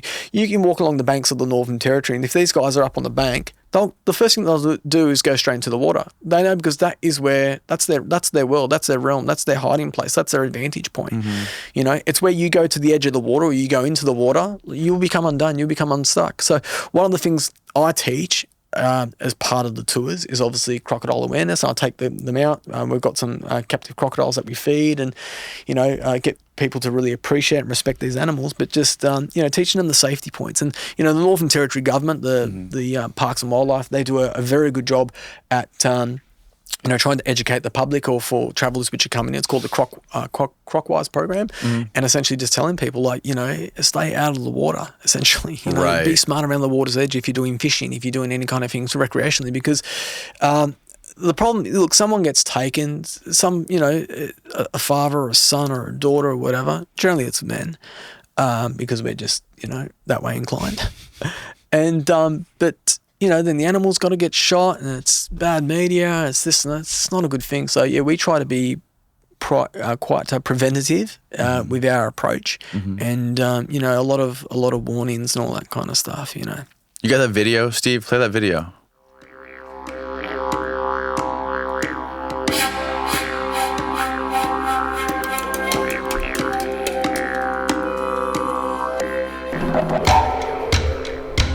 Whoa, man. Is this that same area? Northern? No, it's the Finnish River Station. So that's where I operate. And it's like 55,000 acres of just wildlife wonderland. Australia is home to some of the most venomous snakes on Earth. And we've also got our very own ancient dinosaur. Ucles Wild Tours are Australia's wildest experience. An adventure like no other. Dude, that is wild. That's Come gorgeous. find me at ucleswildtours.com. So I'll tell you a funny story. So I started having meetings with the Northern Territory government, and this was around about the same time I started talking with Parks and Wildlife, and was just like, I'm going to do the right thing from now on, right? I'm just, you know, I'll do everything your way, the permit way, and, you know, and they're like, all right, Mr. Ucles, you know, we're going to trial you, see how you go. And then as soon as I think I've had this pivotal part in my life, you know, I started connecting with NT Tourism, Northern Territory Tourism, and you know, essentially they've been, you know, fantastic in, you know, helping me try to develop the tours and make it more, you know, increase the distribution and all that kind of stuff. But the first thing that the lady said when I sat down is, she says, if you want us to help you or get behind you, you have to do just one thing. I said, what's that? She goes, Andrew, if you want us to take you serious and you want us to promote you to an international market, you have to put your fucking shirt on. Yeah. And it's true, because that's hilarious. Cultural appropriation's different around the world. I actually, you know, I was in Zimbabwe and I was walking around with my shirt off, and I had one of the locals there say, hey, where's your shirt? I said, what do you mean, Really? Where's my fucking shirt? I said, my shirt's in the car. He said, go put your shirt on. I said, why? He goes, because you're not allowed to do this. You're not allowed to have your shirt off. I thought everybody walked around shirtless there. In Zimbabwe, mate, me too. Uh-oh. Most of the pictures are without shirts. Only the Yeah, I know. Only the locals are allowed to are not allowed to go shirtless. Maybe. Exactly. Yeah. Well, yeah. So they're like, put your shirt back on. That's weird. So yeah. So I've had to do everything with a collared shirt now, which is fine. Okay, find the video on Andrew's YouTube channel. I think it's your #1 video with you approaching a hippo. Oh, right? Okay. Yeah. Probably there somewhere. What were you doing? Was that in Africa? That was in Africa. Yep. Oh, look, I've had some close calls with you. The thing I want to put out there is this: is whenever I've had a true close call, the camera's never rolling. Right. Because you're fucking, you've got to get the fuck out of there. Yes, Like, you're almost, exactly. yeah. So I've had, and this was years ago film, but I had one just recently where I almost got taken out by a hippo, and it was at night time. This was on the Really? recent honey badger one, yeah. I hit him with a torch, eh? Yeah, he came at me. Dude, and you I- are a maniac. Yeah, I ended up hitting him in the head with a torch, which I thought was a pretty good advertisement for this torch company. Yeah, so what happened was I was walking, and his came in from the bush, and I was walking through the river, and I don't know if he was directly, well, no, he was directly going for me. And the only thing I had in my hands as a saving grace was I had this big torch. I fucking threw the torch at him. It's fucking bounced off his head, but I feel like it was enough for me to just like kind of get away to the left-hand side. And then he didn't worry about chasing me. I think he was just more so just trying to go to the water. But, mate, it happened fast, and they can fucking move. Oh my God. Yeah, but I flogged him with a torch, eh? I heard it. Oh. Fucking dunk. So, Do yeah. people get fucked up by hippos often? Or do people die, yeah, 100%. People know to stay away, or do they still get people? The locals are pretty smart, eh? And Yeah. It's like, there's a good, like a flight distance, I guess, you know, that the people will have with them. Right. But yeah, people get chomped all the time. Right. You know, if that animal gets on top of you, just like a water buffalo, like he'll make work of you, eh? But they don't eat meat, right? No, they don't. No, They don't. No. So I stopped doing the YouTube stuff a couple of years ago. Why? For the reasons I was saying. It was just me with my camera. It was so much hard work. When you're trying to do things which are organically, the reason why, look, when you look at the success of people like Cody Peterson on that space, crew of people, things are organised, things are scripted, things are, you know, and it's becomes a process which is completely computational and Yes. algorithmic. Yes. And it has to be. And you'd even know, it's like when you, the ability to do a podcast here and have next person after the other one, you know, like a door that's always opening, Yeah. is it's always content coming out. It's a lot. if It's a you're- lot of monotonous work. Yeah. Yes. If you're trying to film your natural engagement with animals, capturing animals and all that kind of stuff, some of these animals would take me weeks to try and catch. You know, even look at the honey badger took me 4.5 fucking months to catch in Africa. Right. And one thing I really wanted to stay true to is I didn't want to do the same animal, the same snake, and I watched some guys, the same snake and same snake again, same snake. Oh my God, it's been done 1,000 fucking times. I wanted to do things, you know, all different animal species. But doing these and going to these areas and doing the filming, sometimes it would take me, you know, on average 2 to 3 weeks to try and find an animal, you know, or to capture it down and all that kind of stuff. And when you start thinking about that and how that would integrate into content for YouTube and engagement, and all that, it doesn't work Right. because there's no consistency there. Right. You know, and I think that was probably one of the biggest issues. And that's when I kind of left that and thought, right, well, I'll just do the documentaries. These are all solo documentaries that I was doing. These are the ones that went to Netflix, right? And now it's come to a point in my career where, and I think I can say, like, Forrest has just put me up for a show on Animal Planet, which I hope I get, you know, hosting show. You know, if it's something like that and there's help around me and a production and things are paid for, then I'll be the first person there at the airport waiting. Right. The problem is in my entire life, and I don't take back one day of it, but 15 years of going out there just by myself with a camera and the amount of expenses and everything else, I barely made $1. You what? I barely made $1. I sounded Australian right, there. right. I barely made $1. Like, if I was to break it down Right. over 15 years, I've probably made $250,000. But imagine if you would have been. But think about that, $250,000 over 15 years. What's that? That's like Yeah. $16,000 It's not a much, year. yeah. Well, it's nothing. You can barely live off it. You know what I mean? So I think it got to a point where it's just like, I've got a skill set. I've got this ability. I know I can host. I know I've got the character. I know I've got all the necessary formula behind me, but now I just need something which is more formative, because to continue going like this by myself. That's interesting, man. That's an interesting way of thinking and doing and living your life, because I think most people would, if there was no cameras rolling, they wouldn't do half this shit, or they wouldn't do probably any of it. But you look at it the completely opposite way, which is very, very unique. And that's not just with doing crazy wildlife shit and trekking through fucking deadly territory and catching deadly animals. I mean, that's with anything, right? Even podcasting. Like, how many people would sit here and would want to, it would be unsustainable, I guess. Right. It's impossible to fly in people from all around the world and talk to them if you're not trying to like set up some sort of a machine around it and try to develop a money-making apparatus 100%. To make it sustain itself. Well, I think, and what people are seeing there, look, I think I'd uploaded close to 100 videos. What people are seeing is less than 0.001% of what I was willing to show people. Right. There's so much that I've done. You know what I mean? There's so much to it. Yeah. And I just seen a lot of these guys that were coming up for you, and the first thing that they were thinking, there was a brand instruction in play. All right, we've got to do the hats, and we've got to do the backpacks, and we've got to do the shirts, and we've got to do this, and everything was just like a McDonald's. That's what it was. It was just like a marketing McDonald's thing. Yeah. And when I saw people like that person, like Katie Peterson, that's all it was. It was just like, how can I be a franchise brand? And that was the force. The animal stuff is second, but how can I be that brand first? Right. And I think that's where the being disingenuine and that people can sense that. Yes, they can. People like that never become icons like Steve Irwin, because the core of what they're doing, you can see the undercurrent of that. I'm sorry to call it out, but for me, I can see that. I feel like Australians are really sensitive to that kind of stuff too. Like someone that's selling out is, it's just, I wouldn't wear a backpack or I wouldn't wear a pair of shoes that I didn't believe in. Does that make sense? Absolutely. 100%. Wouldn't believe in. Like, I've only had free sponsors. I've had K-Bar, right? Because, well, on their knives work. I put them to the test. You know, if you don't believe me, I can show you some stuff in the Buffaloes if you like. Really?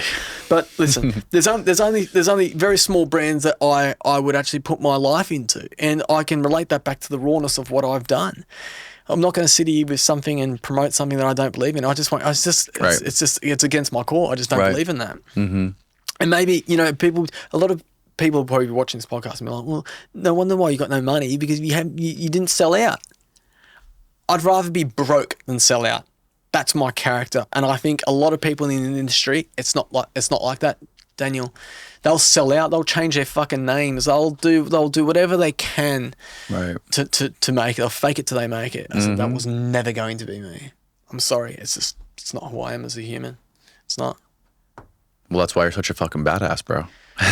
Well, I think it's a lot of it's about being true to yourself too. Yeah, absolutely. 100%. You know, and yeah, look, there's got to be gives and takes. There's been some shows that I haven't been 100% on, and you know, you got to see these things as opportunity or opening doors. And so it's not like I've been close to that, because there've definitely been things where I thought, you know, okay, but I think you've definitely got to stay true to yourself. You have to stay true to yourself.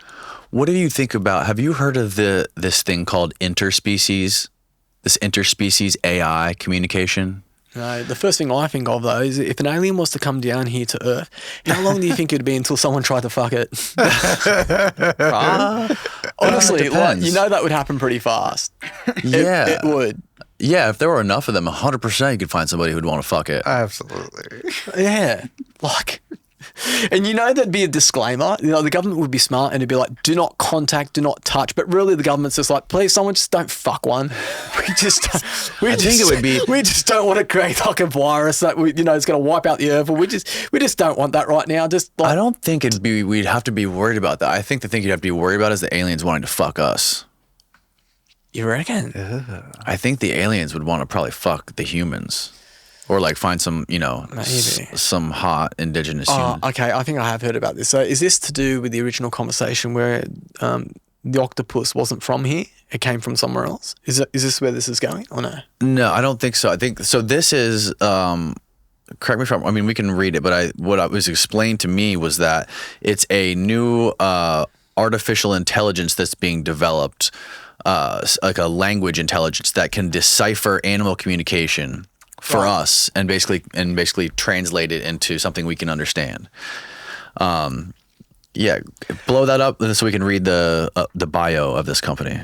Interspecies Internet is a multidisciplinary global think tank to encourage the acceleration of interspecies communication with 4,500 plus members, including leading sector professionals. A primary premise of the project is that the interspecies Internet can be used to both link non-human species that are not collocated and can use its computational capacity to introduce AI and machine learning methods to transduce signals from one species into coherent signals for another. So yeah, they want to basically translate animal language into human language. I feel like something just went through my mind. I feel like if I was to compile a series of sentences which had probably came off all the animals that I've chased over the years, a lot of those sentences would run off the narrative of, why the fuck are you chasing me? Fuck off. Who is this wanker? Fuck. Yeah, you're probably right. Straight out. That'd be like the concise thing. Yeah. But how fucked up would that be, dude, if we could like telepathically communicate with animals? There was a dog that I've seen. Okay, so there's been a number of animals over the years which I think have really been individualized as having this next level of intelligence. One was a African grey parrot called Alex. I think that was one. I think there was also a gorilla that was in captivity. Is that Amy? May have been. Nope. And a dog. The most recent one was the dog where, they've got, I think it's called a lexigram, where they have all these different buttons that symbolize different things, like outside, right, food, water.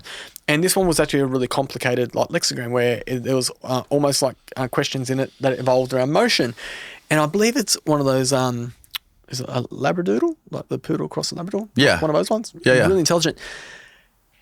This was the most interesting part, was the dog went up to it and it pressed it simultaneously. It pressed the button that said, "What am I?" and then walked over and looked into the mirror and looked at the owner. What? That's deep. Wow. That's deep. That's deep. Wow, man. That's deep. What am I? That's deep. That is very deep. What the fuck, man? That's interesting. Yeah, I gotta find that. Coco, that's it. Because there was a famous scene with Robin Williams with Coco. And I think it learnt sign language, it was able to communicate. There's an interesting study that they done years ago, and this is actually really scary. I think is one of those Russian experiments where they put a child and a chimpanzee together at a very, very young age, and essentially the experiment was to teach this chimpanzee human knowledge and human traits and behavior and all that kind of stuff. I think the experiment only went on for a couple of months and then they had to shut it down. You know why? Because it was actually the child that was starting to learn the traits of the chimpanzee, because animals have such a hardwired behavioral system, and everything that they have is so hardwired. And it was interesting to see that it was the human brain that had that plasticity or that adaptability, and it was actually absorbing more information from. No way. So yeah, and which I thought was fascinating, truly fascinating. You know what I mean though? Yeah, we are so different from apes. I mean, it's our closest living relative species. We supposedly came from apes, and we evolved from apes, but we're so fucking different. There's such a huge gap between the most developed primate to a human being. It's almost like there was some sort of intervention there. Yeah, That's like the theory that a monkey ate a mushroom, a psychedelic mushroom, and the brain grew 5 times the size. And what's the name of that theory? That's called the I forget the name of it right now. I've never heard of it. But yeah, there's all these crazy theories on how because there's nothing really close to us in the world. Think about every single animal that exists on Earth and then us. We are so we're miles apart from every single one. Completely. It's funny. I just the stoned ape theory. That's what it's called. The stoned ape theory. I just saw that last image and it reminded me of Travis the chimp. You know that story? No. Oh man, that's terrifying. Who's Travis the chimp? Is this the one where the chimp ripped apart the little girl? Yeah, that woman, the next door neighbor, ripped her face off. Yeah. Oh. And the 911 call, and that lady's. This ties in back to that whole animal attachment, emotional attachment with the animal, and all that kind of stuff. And this lady had a very unhealthy relationship with this chimpanzee. It lived in her house and and all that kind of stuff. And this chimpanzee would look out the window every day and see the next door neighbor, because this lady was friends with this other lady, and it just would death stare her. You know what I mean? And it probably waited its entire life to be like, I'll get you one day. Really? You know what I mean? Because once again, like to a chimpanzee like that, like time doesn't exist. That's it, Travis. Chimp. Is that what she looks like after? Did she die? No, she lived? Is she still? No, she lived. Yeah, she lived. Wow. So she got a new face. Travis the chimp managed to escape from the enclosure one day, and it essentially mauled this lady to death. It bit her hand off, it bit her face off, and this lady all the while, I think she was, the owner was like stabbing it with a kitchen knife whilst on the phone to 911. Wow.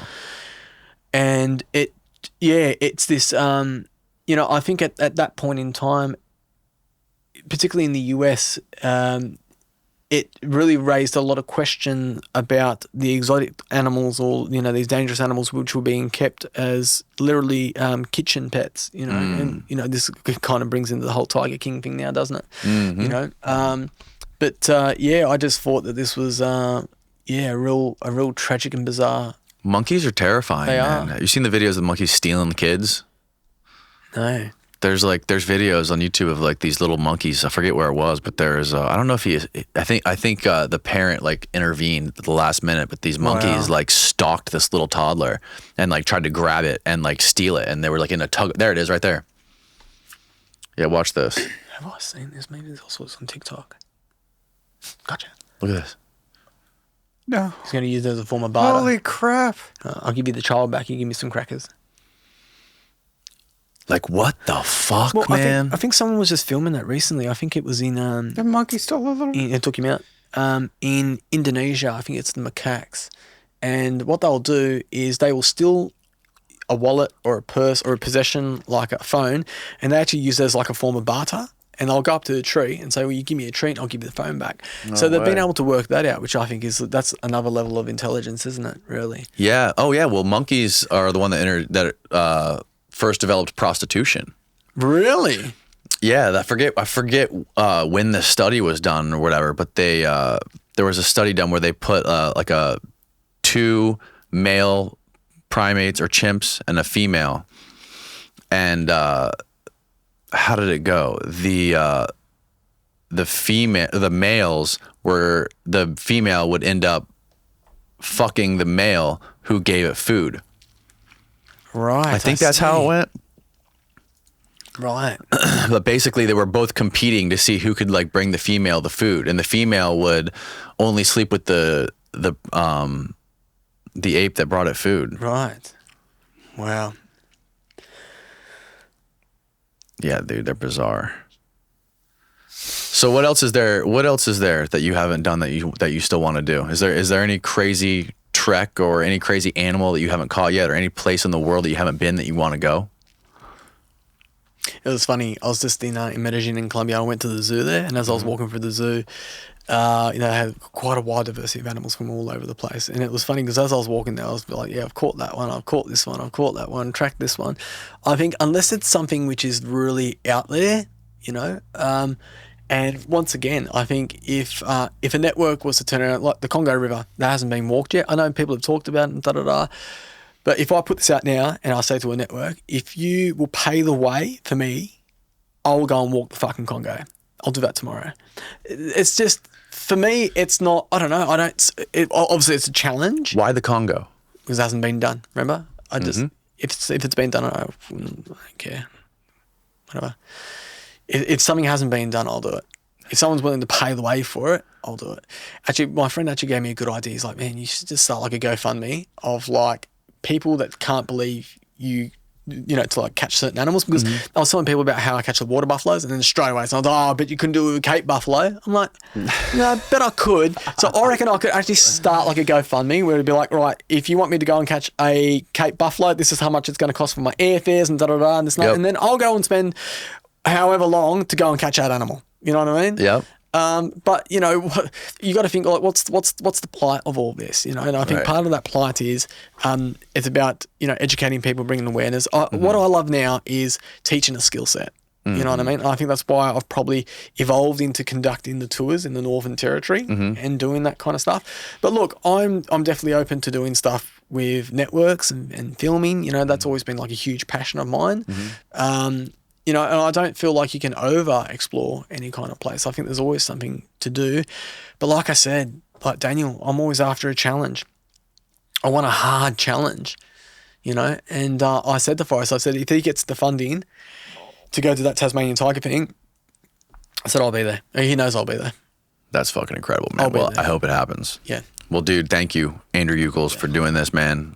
All the way from Australia. Well, from Medellin to here, and back to Australia tomorrow. Yep. But thanks again. Where can people find you online and find your tours? Right. So Australian Wild Tours, but they can obviously find me on Instagram and Facebook just for Andrew Ucles. And I've got that YouTube channel, which is there.